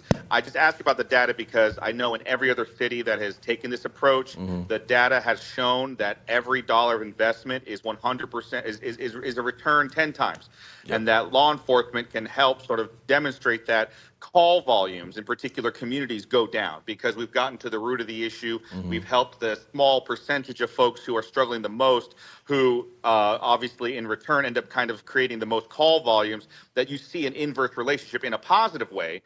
Because we're getting them the help that they need so that there aren't continued burdens on them. And that's obviously, for better or for worse, you know, a capitalist society has got to think about that dollar figure, that the money that we're investing in OCS is having a huge return and cost savings for the city, as opposed to waiting for things to escalate to the point of an emergency. You know, it's one of those things where it's not a bad thing to say, I never want folks to end up in the emergency room. And that's the way we ought to think about people interacting with law enforcement. We don't want people to get to the point where they have to interact with law enforcement because they're getting the help that they need ahead of time. And so I guess, you know, data-wise, I know I'm certain that the folks in Charlotte or the folks in Mecklenburg County or the folks in that Nick Jr. are going to help us, I guess, illustrate that accurately. I just want to make sure that that was something that we're looking forward to. The only other question I have, Mr. Mayor, before I ask to make a motion to adopt the report is, at the last council meeting, we received a report from city staff as it related to Howard Learning Academy. Is any of that data and potential for us to do more to support alternative middle school in our community a part of your short-term plans? So to answer your question, Councilman Benavente, I believe we provided an update to the council requests regarding the coordination of community supports at Howard Learning Academy. What I will say is coordination of community supports in response to the data and the qualitative input that we get from community is always our number one priority as Office of Community Safety. So utilizing the data that we get from the police department, ensuring we get community feedback so that we can be intentional as possible when it comes to the coordination of supports and the response regarding Howard Learning Academy. We have worked with organizations to ensure there are programming in the area. We have worked with parks as well to ensure that there is programming in the Massey Hill area, as well as community residents and the community watch groups, et cetera, are informed of that as well. But as we continue to develop our strategy, utilizing data, utilizing qualitative input, that example is going to be the first of many that we have as Office of Community Safety. And if I may, really quick, Thank just you, Director Jones. Yes, sir. Yes, sir. And if I No, may, go ahead, really please quick, continue. if I may, really quick, just want to to what Councilman Benavente was stating. We are getting a finalized report for the cost of gun violence study that I know Council requested, and we will be reporting that out in the new calendar year. Thanks, sir. All right. Councilmember Hondros, you had your light on? Thank you, Mr. Mayor. Thank you, Director Jones. Yes, sir. Great report. Mr. Mayor, I move to receive the first quarterly update from OCS. All right. I'll second that, Mr. Mayor. If I could just ask for a point of discussion as well. All right. Seconded by Councilman Benavente. Discussion on the motion. Discussion, If Councilmember. there's no one else, Mr. Mayor, I'll just ask. Sorry? I just have a question for Mr. Jones. Yes, ma'am. Can you let the public know where to find your success stories on the OCS? So we haven't, that's part of our communication strategy. We want to ensure that we are sharing the successes as an office. And with that, we do not have a Office of Community Safety social media page, but we are working with Lauren in the communications department to develop that. What I will say is that is why we are pushing for community-led quarterly meetings where we can ensure that creates opportunity for us to be more in more conversational type settings, to have awareness, to provide awareness for the community about the work that's being done and the successes.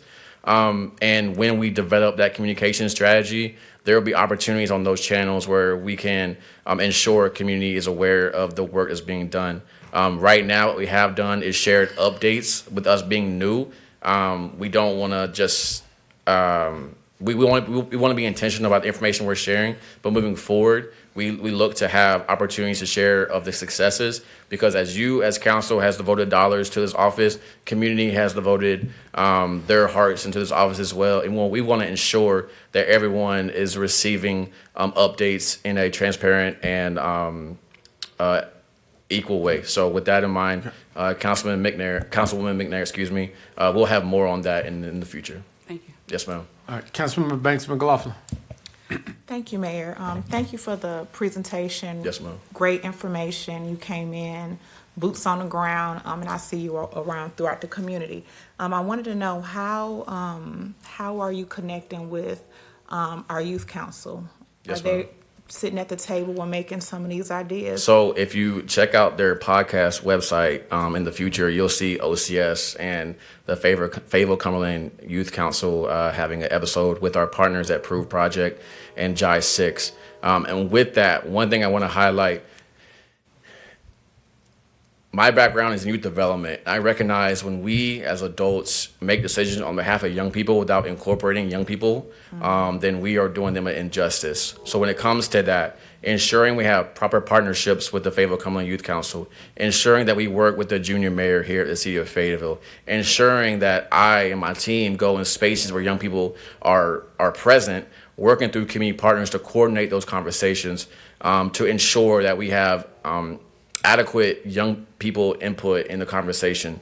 When we have our community feedback sessions, I mentioned in January, we want to be intentional about having a youth-only community feedback session, and we also want to be intentional about the youth we incorporate in those settings. We want to work with you as council. We want to work with community partners. We want to work with the Cumberland County school systems, which is also a partnership I failed to mention earlier. We have met with Dr. Natasha Scott at the Cumberland County school systems to identify pathways for OCS to support Cumberland County schools, and to ensure that we have great representation from different backgrounds, et cetera, when we have our youth involved conversations. So that is how we're starting, and we'll have more updates in the near future. Well, thank you for yourself and your team and for being intentional, because we want to make sure that the youth are involved, because Yes, ma'am. the programs is for the youth. Yes, ma'am. All right, thank you. Last thing I'll say, as Office of Community Safety, we're driven to be in a holistic approach in regards to community safety and violence prevention. And that includes addressing the root causes. That includes meeting people where they are. That includes working with city departments, community partners, to ensure that we come together and ensure that we are providing a higher quality of life to our community. And with that, including an emphasis on community safety. So as an office, we're here to work. I continue to say this in meetings. We want to be present. We want to grow our engagement even. And we want to ensure that everyone has a voice when it comes to the decision makings and developmentation of programs with our office. So last thing I'll say really quick is, I know I said it about 4 times. I told you I grew up Pentecostal holiness. So yeah, man, we gotta bring you in. Yeah, come on now. Last thing, because we got a motion on the floor. Really quick. Our website, for those who do want to read up on OCS, where we'll be posting more updates. To your point, Councilwoman McNair, is www.fayettevillenc.gov/OCS. There you'll find our contact information as well as some FAQs and my responses as director.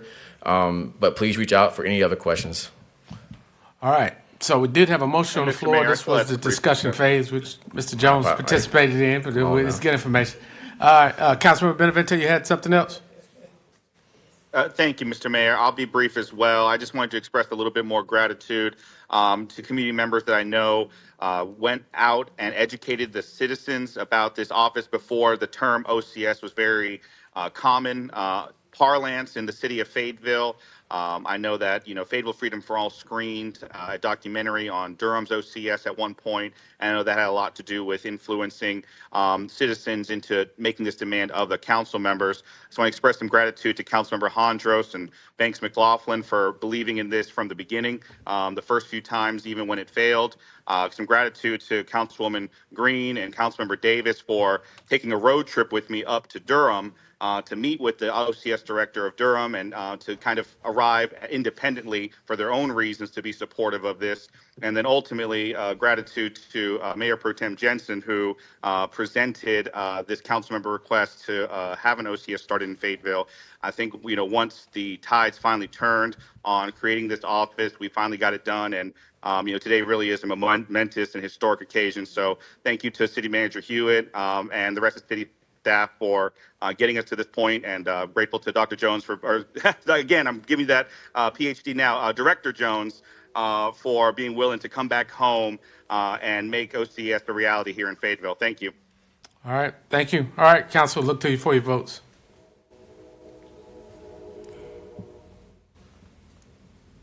Councilmember Benavente? Green. Okay. All right, thank you, sir. Good job. Thank you. Mr. Jones. All right, Council, moving to the next item, it's the public hearing.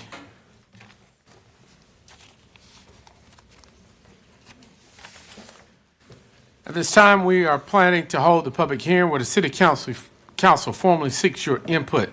Individuals desiring to speak in the hearing must have signed up to speak the City Clerk by name and address before the beginning of tonight's meeting. We will begin with the staff presentation. Mr. Manager's down there making the presentation. We'll move then into the formal hearing. 15 minutes will be allowed for those in favor and those opposed of the item discussed. Individual speakers, however, are limited to 3 minutes each unless by previous arrangement a single spokesperson is designated, in which case the spokesperson may use the entire 15 minutes. When the clerk calls your name, please come to the podium. Please clearly state your name and address for the record. You may then begin addressing the council. When the light changes from green to amber, that means you have 30 seconds remaining. At the end of your allotted time, it will turn red and you'll be notified that your time has expired. With that, I'll turn it over to you, Mr. Hewitt. Thank you, Mayor Colvin and council members. It is with great excitement that I and members of staff bring forward with council tonight's public hearing, which is Stadium View Downtown Development Agreement for the completion of the towers above the parking garage across the street. Want to just take a quick stroll back to this building back in 2016. Mayor Pro Tem and others were upstairs in your conference room when we received a report from a consultant that said baseball, if we brought it back, it would be successful in Fayetteville. The same night that we received that report, you may recall, Mayor Pro Tem, we opened the door after receiving that report, and who was standing on the other side of the door but representatives from the Houston Astros, saying that they wanted to partner with us and be a 20-year, was it a 30-year agreement? 30-year agreement out of the gate. They had such faith and belief in the city of Fayetteville and in this project. And the project was called Project Home Run. And Mayor, at that time, you were the chair of the Project Home Run Committee. Mayor Pro Tem, you were also involved. And we, y'all toured many different cities. Remember that hot day we went down to Columbia, South Carolina, to look at the fireflies? That had to been at least 100 degrees. And we modeled our stadium after the one that had been built down in Columbia. As part of that development, though, was a parking garage, and we also contemplated towers above the parking garage. And we had, in order to do all of that, we had to form a public-private partnership with a company that I'll call for simplicity, PCH, Prince Charles Holdings. And the reason that you form a public-private partnership are some of the value propositions which are listed on the screen. It establishes integrated site plans and urban design elements for mixed land use. It also, for the developer, it also allowed them to be able to take the land that we had to be able to build, make sure they had a parking garage that would support their development, but it also allowed us to build a parking deck faster than we'd be able to do on our own. But a part of that as well was the construction of 2 towers above the parking garage. And a lot of history has happened since 2016, 17, 18, and 19, when we opened up the Segway Stadium. We have the garage, but we don't have the towers above the garage. But just to bring everybody back to what the concept was, the project overview that we had. As you'll see here, there are 2 towers above a parking garage. One of them is a hotel, and the other is an apartment complex. And that was the vision that we had for this corner of our city And we were very bullish on that back in 2016, 17, 18, and 19, and even in 2020 when we acquired possession of the city's parking garage as well. But tonight, we're here to hopefully fulfill that vision. And in order to do that, we have a public hearing tonight on an amended and restated downtown development agreement between the City of Fayetteville and our new potential partner, Fayhay Master Venture LLC. The purpose is to revitalize the downtown core and complete, again, the original mixed-use vision. It supports the city's existing investments. Again, Segra Stadium was a almost $38 million sports complex, and then the Hay Street parking garage that we purchased was $17.8 million. It builds on our prior agreement with Prince Charles Holdings, and the developer selection of LMG was chosen after extensive due diligence and proven track record in downtown redevelopment, most namely in Kannapolis, North Carolina. Legal compliance, this agreement does follow North Carolina statutes for public-private partnerships, and tonight's public hearing is part of our transparency as well as meeting the procurement standards for such an agreement.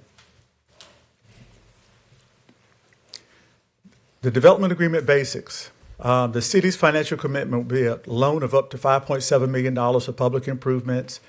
The developer's project components include 124 residential units and 119 hotel units, completing the ground floor retail space as well as putting in the elevators that are not currently in the deck. The development schedule is a very aggressive schedule, and I think that is really supports the due diligence that the City Council and the city did in picking, hopefully, the developer we have with us. The budget for the project will be set by January of 2026. Financial commitments will be in place by February of 2026. Permits by April of 2026. Financial closing in May.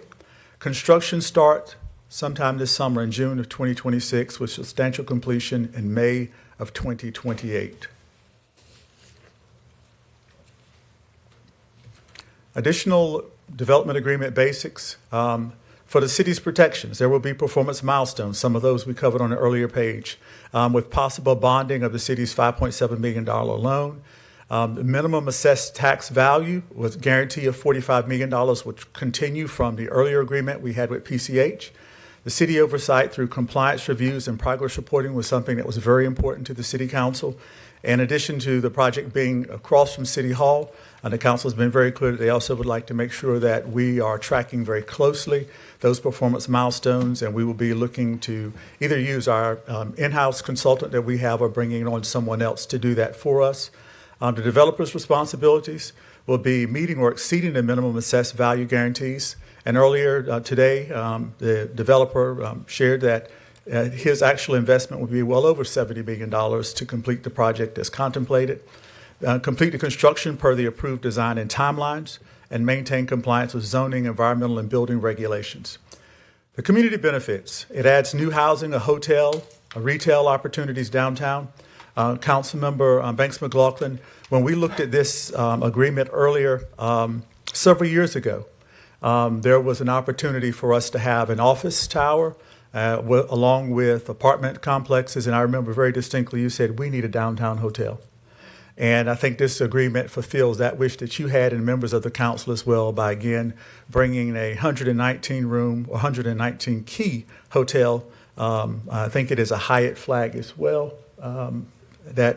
To downtown Fayetteville. It activates the underused areas and supports local businesses and expands the tax base and creates local jobs. And more importantly, it enhances Fayetteville's regional appeal and economic vitality. And just to give you another view from the other side, again, these are earlier renderings from 2019, which show what the building would look like from Hay Street, and the other would show what the building might look like from the baseball stadium as well. Very striking renderings. But the final design and things like that will, of course, be pulled together by the developer. But consistent with the development agreement, this is very consistent with the hotel tower and apartments as well.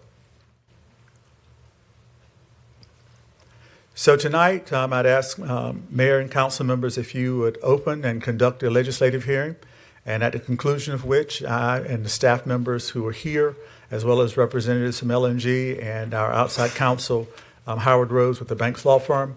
I'll be happy to answer any questions, but then hopefully you will be ready to authorize myself to execute the amended and restated downtown development agreement between the City of Fayetteville and Fay Master Venture LLC to finalize any ancillary agreements necessary to implement this project. And with that, sir, all right. Open the public hearing. Thank you, Dr. Hewitt. So, council, with that, we will open the public hearing. We'll hear from the citizens, and then we'll entertain questions at the end. All right, with that, Madam Clerk, we'll open the public hearing. Mayor, we have 2 speakers for this item. Our first speaker is Mr. John Malzone. Who is that now? Mr. Himself. Mr. Mayor, members of the council, always a pleasure to be here. My name is John Malzone, and my address is 1100 Clarendon Street, Suite 200. Yes, that's a Fayetteville address. So I am here today as president of the Downtown Alliance. And first, I want to thank the city for the continued support and energy and time that you have invested in our downtown. I came to Fayetteville in 1968 and started selling Fayetteville in 1971. And it has been my life's work. And it has been a great pleasure to see what has happened to downtown. We're a city, and we're constantly growing, and these are the things that a city needs to have. We need cranes, we need construction, but we also need consideration for our small businesses that are downtown.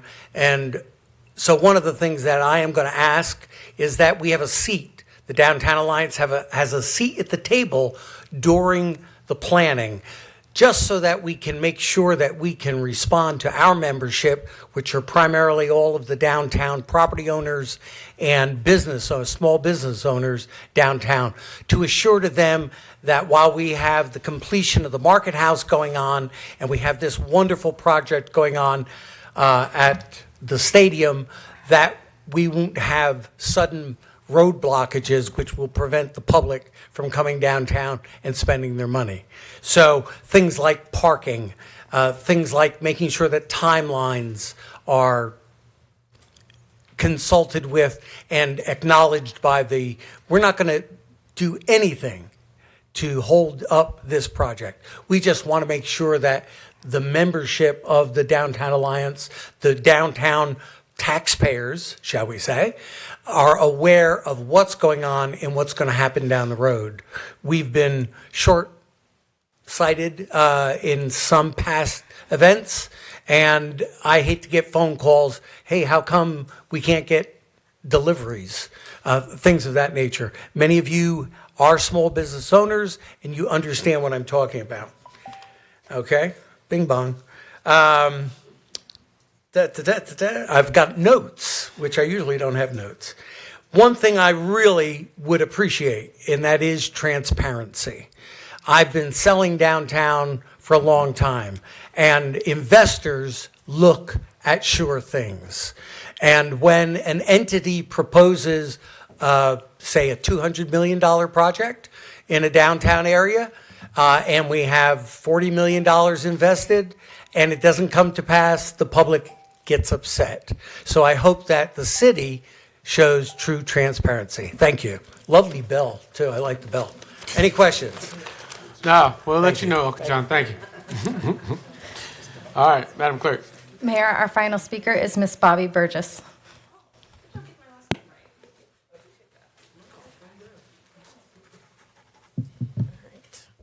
Good evening. Good evening. It's been a minute since I've been up here. And believe it or not, I'm not going to tell you guys that I am opposed to this. Usually I'm up here, ragging you guys for something that you guys are looking at. And tonight, I'm not necessarily ragging you guys. However, one of my concerns is that this project is very nice. Almost too nice. You see, Fayetteville has a lot of luxury apartments at this point. They're going up left and right. I'm not saying that the apartments here should not necessarily be nice, But I do not necessarily also want to see another 2-bedroom, 2-bath going for $1,700 a month and only be 1,086 square foot here in Fayetteville. And if you think I made that up, I did not. That's an actual listing here off of Santa Fe, the Annandale on Santa Fe, right next to the Amazon Fulfillment Center.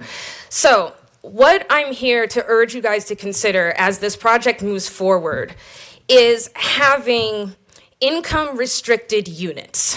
So instead of having all of these be at market rate and whatever rate that's going to be, have certain units adjusted for the average median income and the percentage thereof here in Fayetteville. That $1,700 unit that I just quoted, you would need to make $30 an hour in order to make 3 times the income to qualify for that said unit. And the average income for most of the jobs, not the high paying jobs here, is going to be between $35,000 and $55,000 a year. So we're not really clearly getting over that gap with something that expensive. And I'm not just saying this because I made it up. There's an actual property in Chapel Hill that's being built with that actual plan in mind. It's the Homestead Housing Collaborative in Chapel Hill, North Carolina. They are actively building really nice luxury apartments, but there's a portion of each apartment set that's for 30% of the AMI, 50% of the AMI, 70%, etc. And with the homelessness population that we have that's primarily in downtown, we need to provide some sort of hope, right? Like, oh, those units are not unattainable. Those units could be attainable on a salary that you're going to most likely make here in Fayetteville, which is going to be a wage between $15 and $25 an hour, right? So I am not necessarily against this project, but I am against another luxury apartment building going up here and not realistically thinking about the market that it's going up in. And thus, I think we should take a model similar to the Homestead Housing Collaborative in Chapel Hill and block off certain apartments for certain median incomes. Thank you.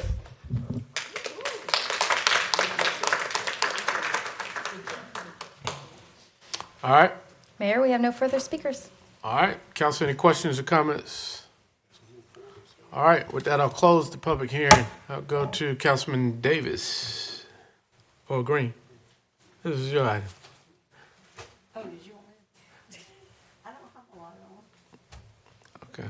Councilman Davis, your district. 1 second, please, sir. 1 second, please, sir.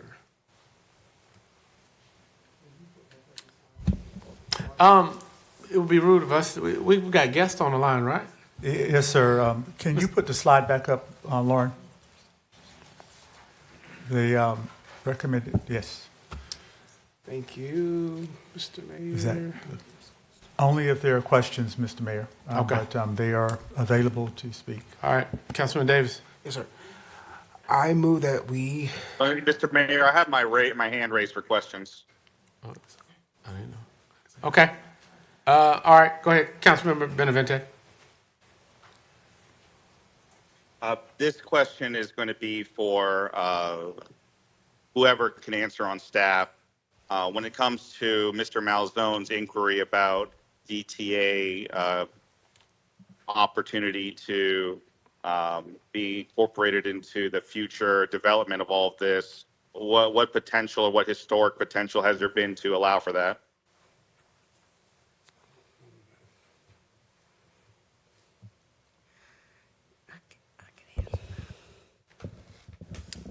Mayor Colvin, I can answer that. Oh, yeah. Councilmember Green says You want here. I can answer that?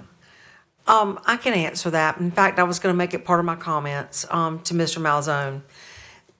I ask a lot of questions. I went through this 23-page plus document. It's 23 pages of written documents and about 10 of schematics. So I think I went to bed somewhere around 3 a.m. So if I look a little bleary-eyed, that's what's going on up here. I had a lot of questions, but I will tell you that I had every single question that I asked answered. One of the questions I asked was around item number 1.5, for your knowledge, Mr. Malzone, community engagement, because it read as a goodwill paragraph. So as I was reading that, I thought, That reads as goodwill, and I'm going to ask a question around that, and I did. And the developer was very open and very honest in that they would strive to meet regularly with business owners and downtown to keep them abreast of what was going on, work schedules, construction schedules, and really keep them abreast of what was coming next. So we can only be hopeful that that is what they will do.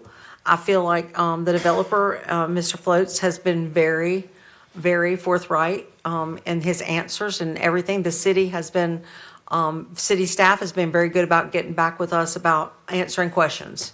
So for somebody that came in just shy of 2 years ago and had to kind of jump in and paddle upstream to get on this project and understand every nuance of it, it was difficult. So I came in with reservations. It's not the perfect project, but there never is a perfect project. So that being said, I would like to make a motion that Well, we. Mr. Mayor, that was only one question. I have Okay. 3 more questions. and that didn't answer my question at all. Mr. Malzone, could I ask a question, Mr. Malzone, in that case? Sure. How can I speak up? Yeah, the mic. Okay. Yes, Mr. Benavente? Mr. Malzone. Yes. I'm not sure if you got a chance to review that 30-page document and are familiar with what. I was not on the mailing list. No, I That's did all not right. see it. Well, having heard what Councilmember Green referenced, that to me doesn't sound like what you were asking for. Are you familiar historically with something that you were hoping to model your DTA's participation after? Well, when you're my age, all you can speak of is historically. So I would say that I have sat at the table in the planning of the Hay Street Transit Mall with Paul Liu. I have sat at the table with any number of planners when they were doing things downtown and they wanted to get a feedback on how the community, the downtown folks, would receive it. Because I'm on the ground a lot and I know everybody. And that's kind of what I'm talking about. I'm not talking about changing window trim, although I was vice chairman of Historic Resources for a number of years. But I'm not talking about that kind of detail. I'm just talking about communication. Mr. Malzone, if there's an opportunity for me to try and incorporate that into a motion, I will. But it's going to be up to our chairperson. Can I also ask a question potentially of the attorney, Madam Attorney Pulliam, that is over the contract? I just have 4 questions about what's in the contract I just want clarity on. As he's coming up, and maybe he's the right person to answer, who will own the land that the deck sits on once this, should this, agreement be passed tonight? So Mr. Hewitt has some of these answers. And I'll be glad for Mr. Hewitt to answer that as well, whoever is best. Well, we will come back to that question. I wanted to try to help with Mr. Malzone's concerns, which that's fine. Mr. Malzone's question first. Thank you. Yes, which are very valid. As you can imagine, for any project, particularly one that would be across from the police department, involving Segra Stadium, PCH, Catawampus Country, if you know what that means, you do, from City Hall as well. And adjacent to 2 active railroad tracks, which was one of the considerations we had in building the stadium as well. We will have no end of coordination between the city and the developer in trying to ensure that we keep Hay Street open to the maximum extent possible. We will also, in conversations with the developer as well, he is very familiar with the parking requirements that we have with Prince Charles Hotel and others, and we will try to maintain that parking and accessibility. But working with the downtown development, the downtown merchants, working with Cool Springs, we will do our level best to make sure that Hay Street remains open for vehicular traffic and is safe for pedestrians as well. And we actually are well served that the crane, or maybe 2 cranes that may be needed, We actually have a pad for the crane there on the grassy area. It will be odd, particularly when we get to baseball season, but we will have baseball season, and we will make sure that we keep, again, Hay Street open as well as supporting our local businesses. All right, Councilman Benavente, you had a couple of more points, and then we need to get some other council members. Yes, sir. So just again, I don't know if it's the city attorney's, private counsel, or someone else, but the first question is, should this agreement be approved today, who will own the land that the deck sits on? There will be, this is Howard Rhodes, council member. Attorney, can you speak into the mic? Just Yes, pardon me. This is Howard Rhodes, council member. There will be no change of ownership of real estate as a consequence of this downtown development agreement.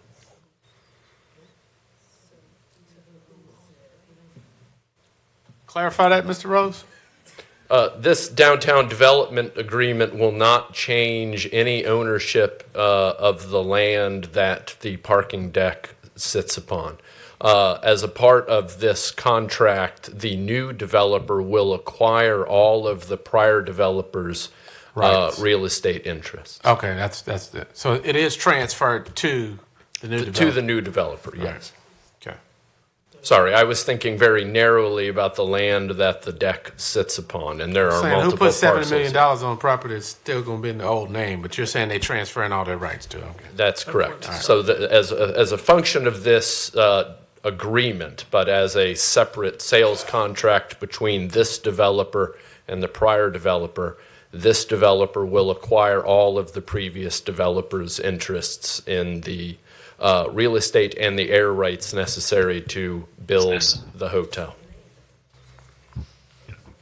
Okay, and I think you probably just answered my next two questions in that answer. LMG will own the land the deck sits on, the parking deck itself, and also the space above the parking deck. Is that correct? No, the city owns the parking deck and will continue to own the parking deck. And then the space above the parking deck, who will own that? That will be owned by the new developer once that real estate transaction is completed. And this may be for you, it may be for the city manager because it was on his slide. The $5.7 million upfront cost, what is that for again exactly? I can answer that question. The $5.7 million loan that the city has contemplated putting into this deal is to cover a number of things. It covers, first, the completion of the top of the parking deck necessary to both cap the city's parking deck and be a foundation for the upward development. It will put in multiple elevators necessary to make the parking deck and the rest of the development fully accessible. It will also fund public pathways in and around the development.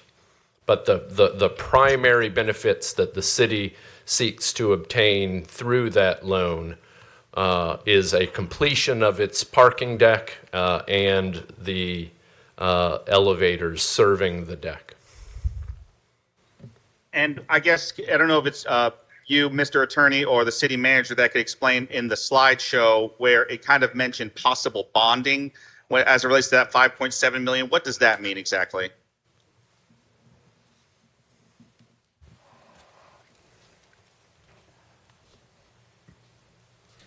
Thank you for the question, Councilman. This is ACM Yates. The question about the bonding is when we enter into that exchange for either the roof cap or the elevator or some of that public infrastructure, there's a possibility we could bond that so that regardless of the outcome of the development agreement, that piece of the infrastructure and what our $5.7 million is committed to gets done.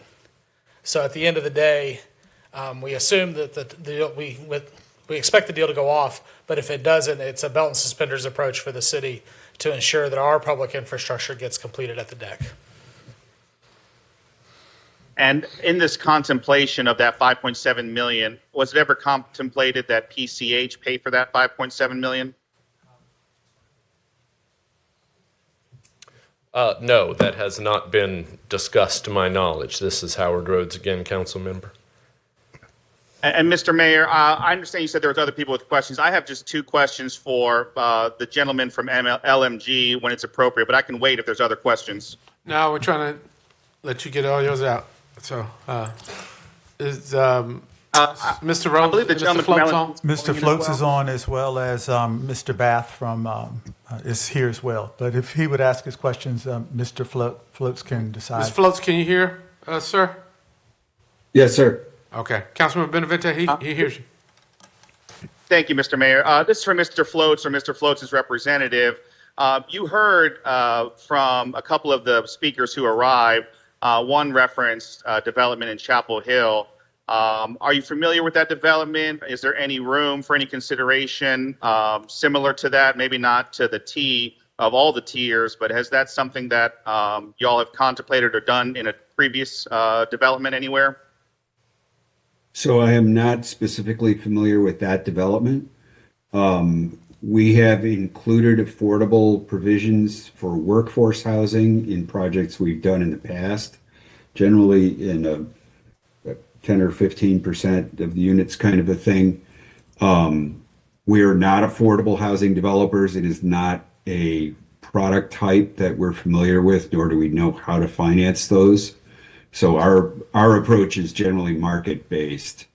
And so, no, I can't say that we've considered it for this project.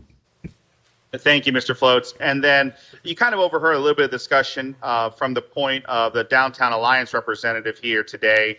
Y'all kind of mentioned that in the agreement to some extent. Would you be open to something more formal to include some folks that are operating downtown, like that Downtown Business Alliance? Absolutely. Our suggestion would be if we can designate a person at the city through whom we should coordinate those meetings, we can commit to those on a regular basis as the project is moving forward. Thank you, sir. I think that's fair. And then this is a question that I asked of you upstairs. And then, after you kind of left that dinner meeting, I don't know if everyone was convinced of your answer, but you understand from the context I gave you that the potential for us to seek damages from the breach of contract from PCH, while currently withdrawn, is still on the table until at least September of next year. Do you anticipate any sort of reason why you would have an opinion on that at all, particularly a negative one that would impact this particular deal? I will specifically avoid any form of an opinion on that. Can you confirm whether or not you said no upstairs? I said no, and I continue that I would not have objections. I have no right to. I really appreciate your candor, sir. Mr. Mayor, no further questions. All right, thank you. Councilmember Green. I'd like to make a motion if we're ready. All right. All right. I make a motion to authorize the city manager to execute the amended and restated downtown development agreement, subject to any necessary amendments, as well as any ancillary agreements necessary to implement the project.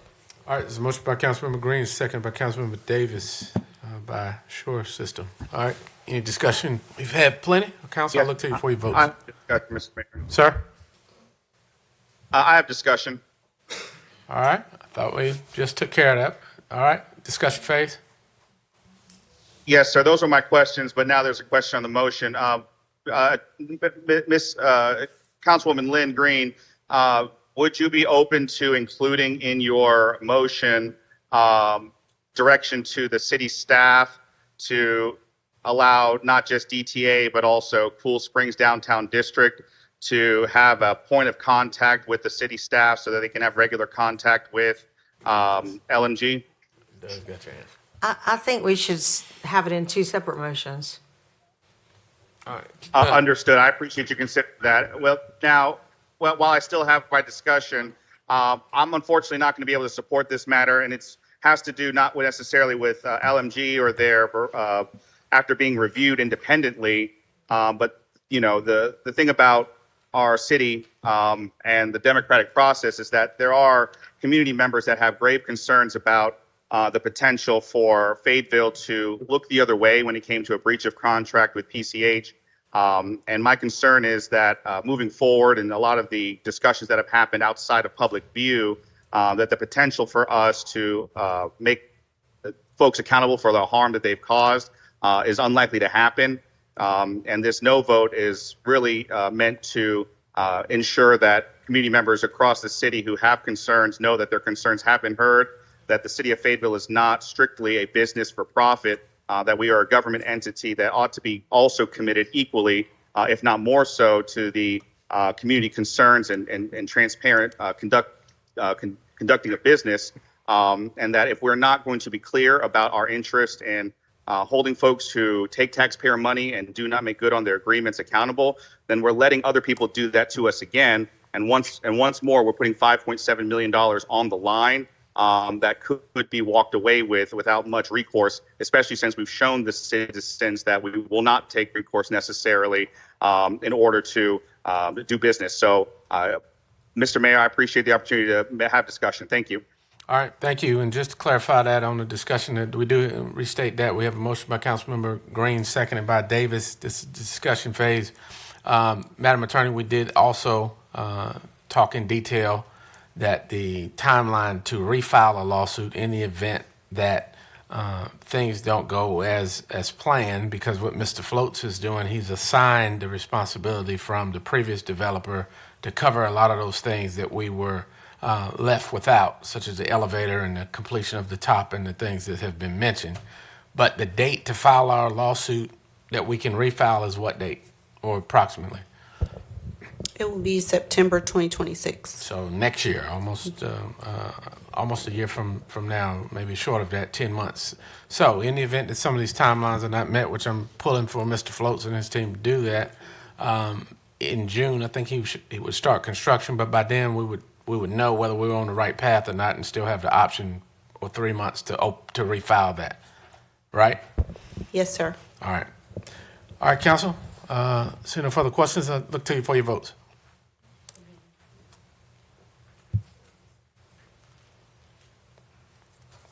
Councilmember Benavente. Red. All right, Madam Clerk, that's 8-1.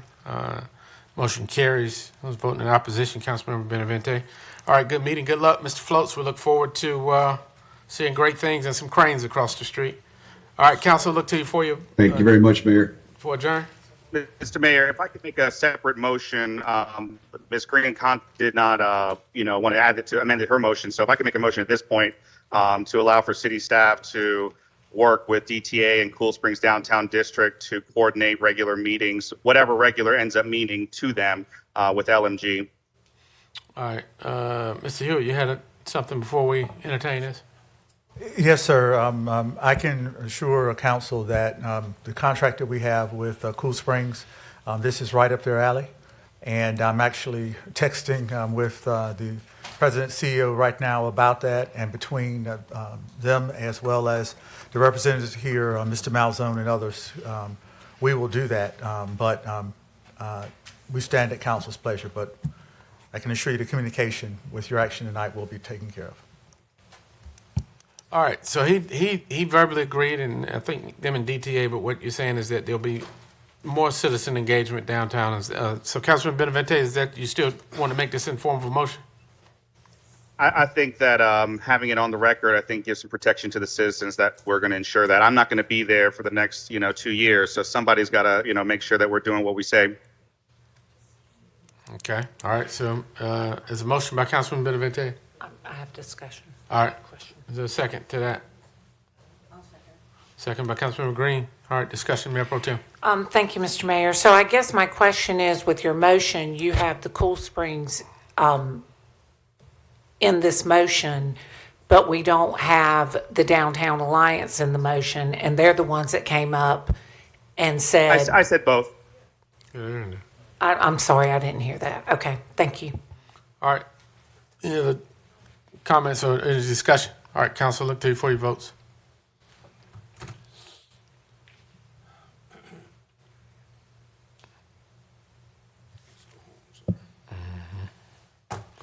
All right. Councilman Benavente? Green. All right. Motion carries unanimous. All right. Council, motion to adjourn? All right. Good evening. Who are they playing? Packers, 0-0.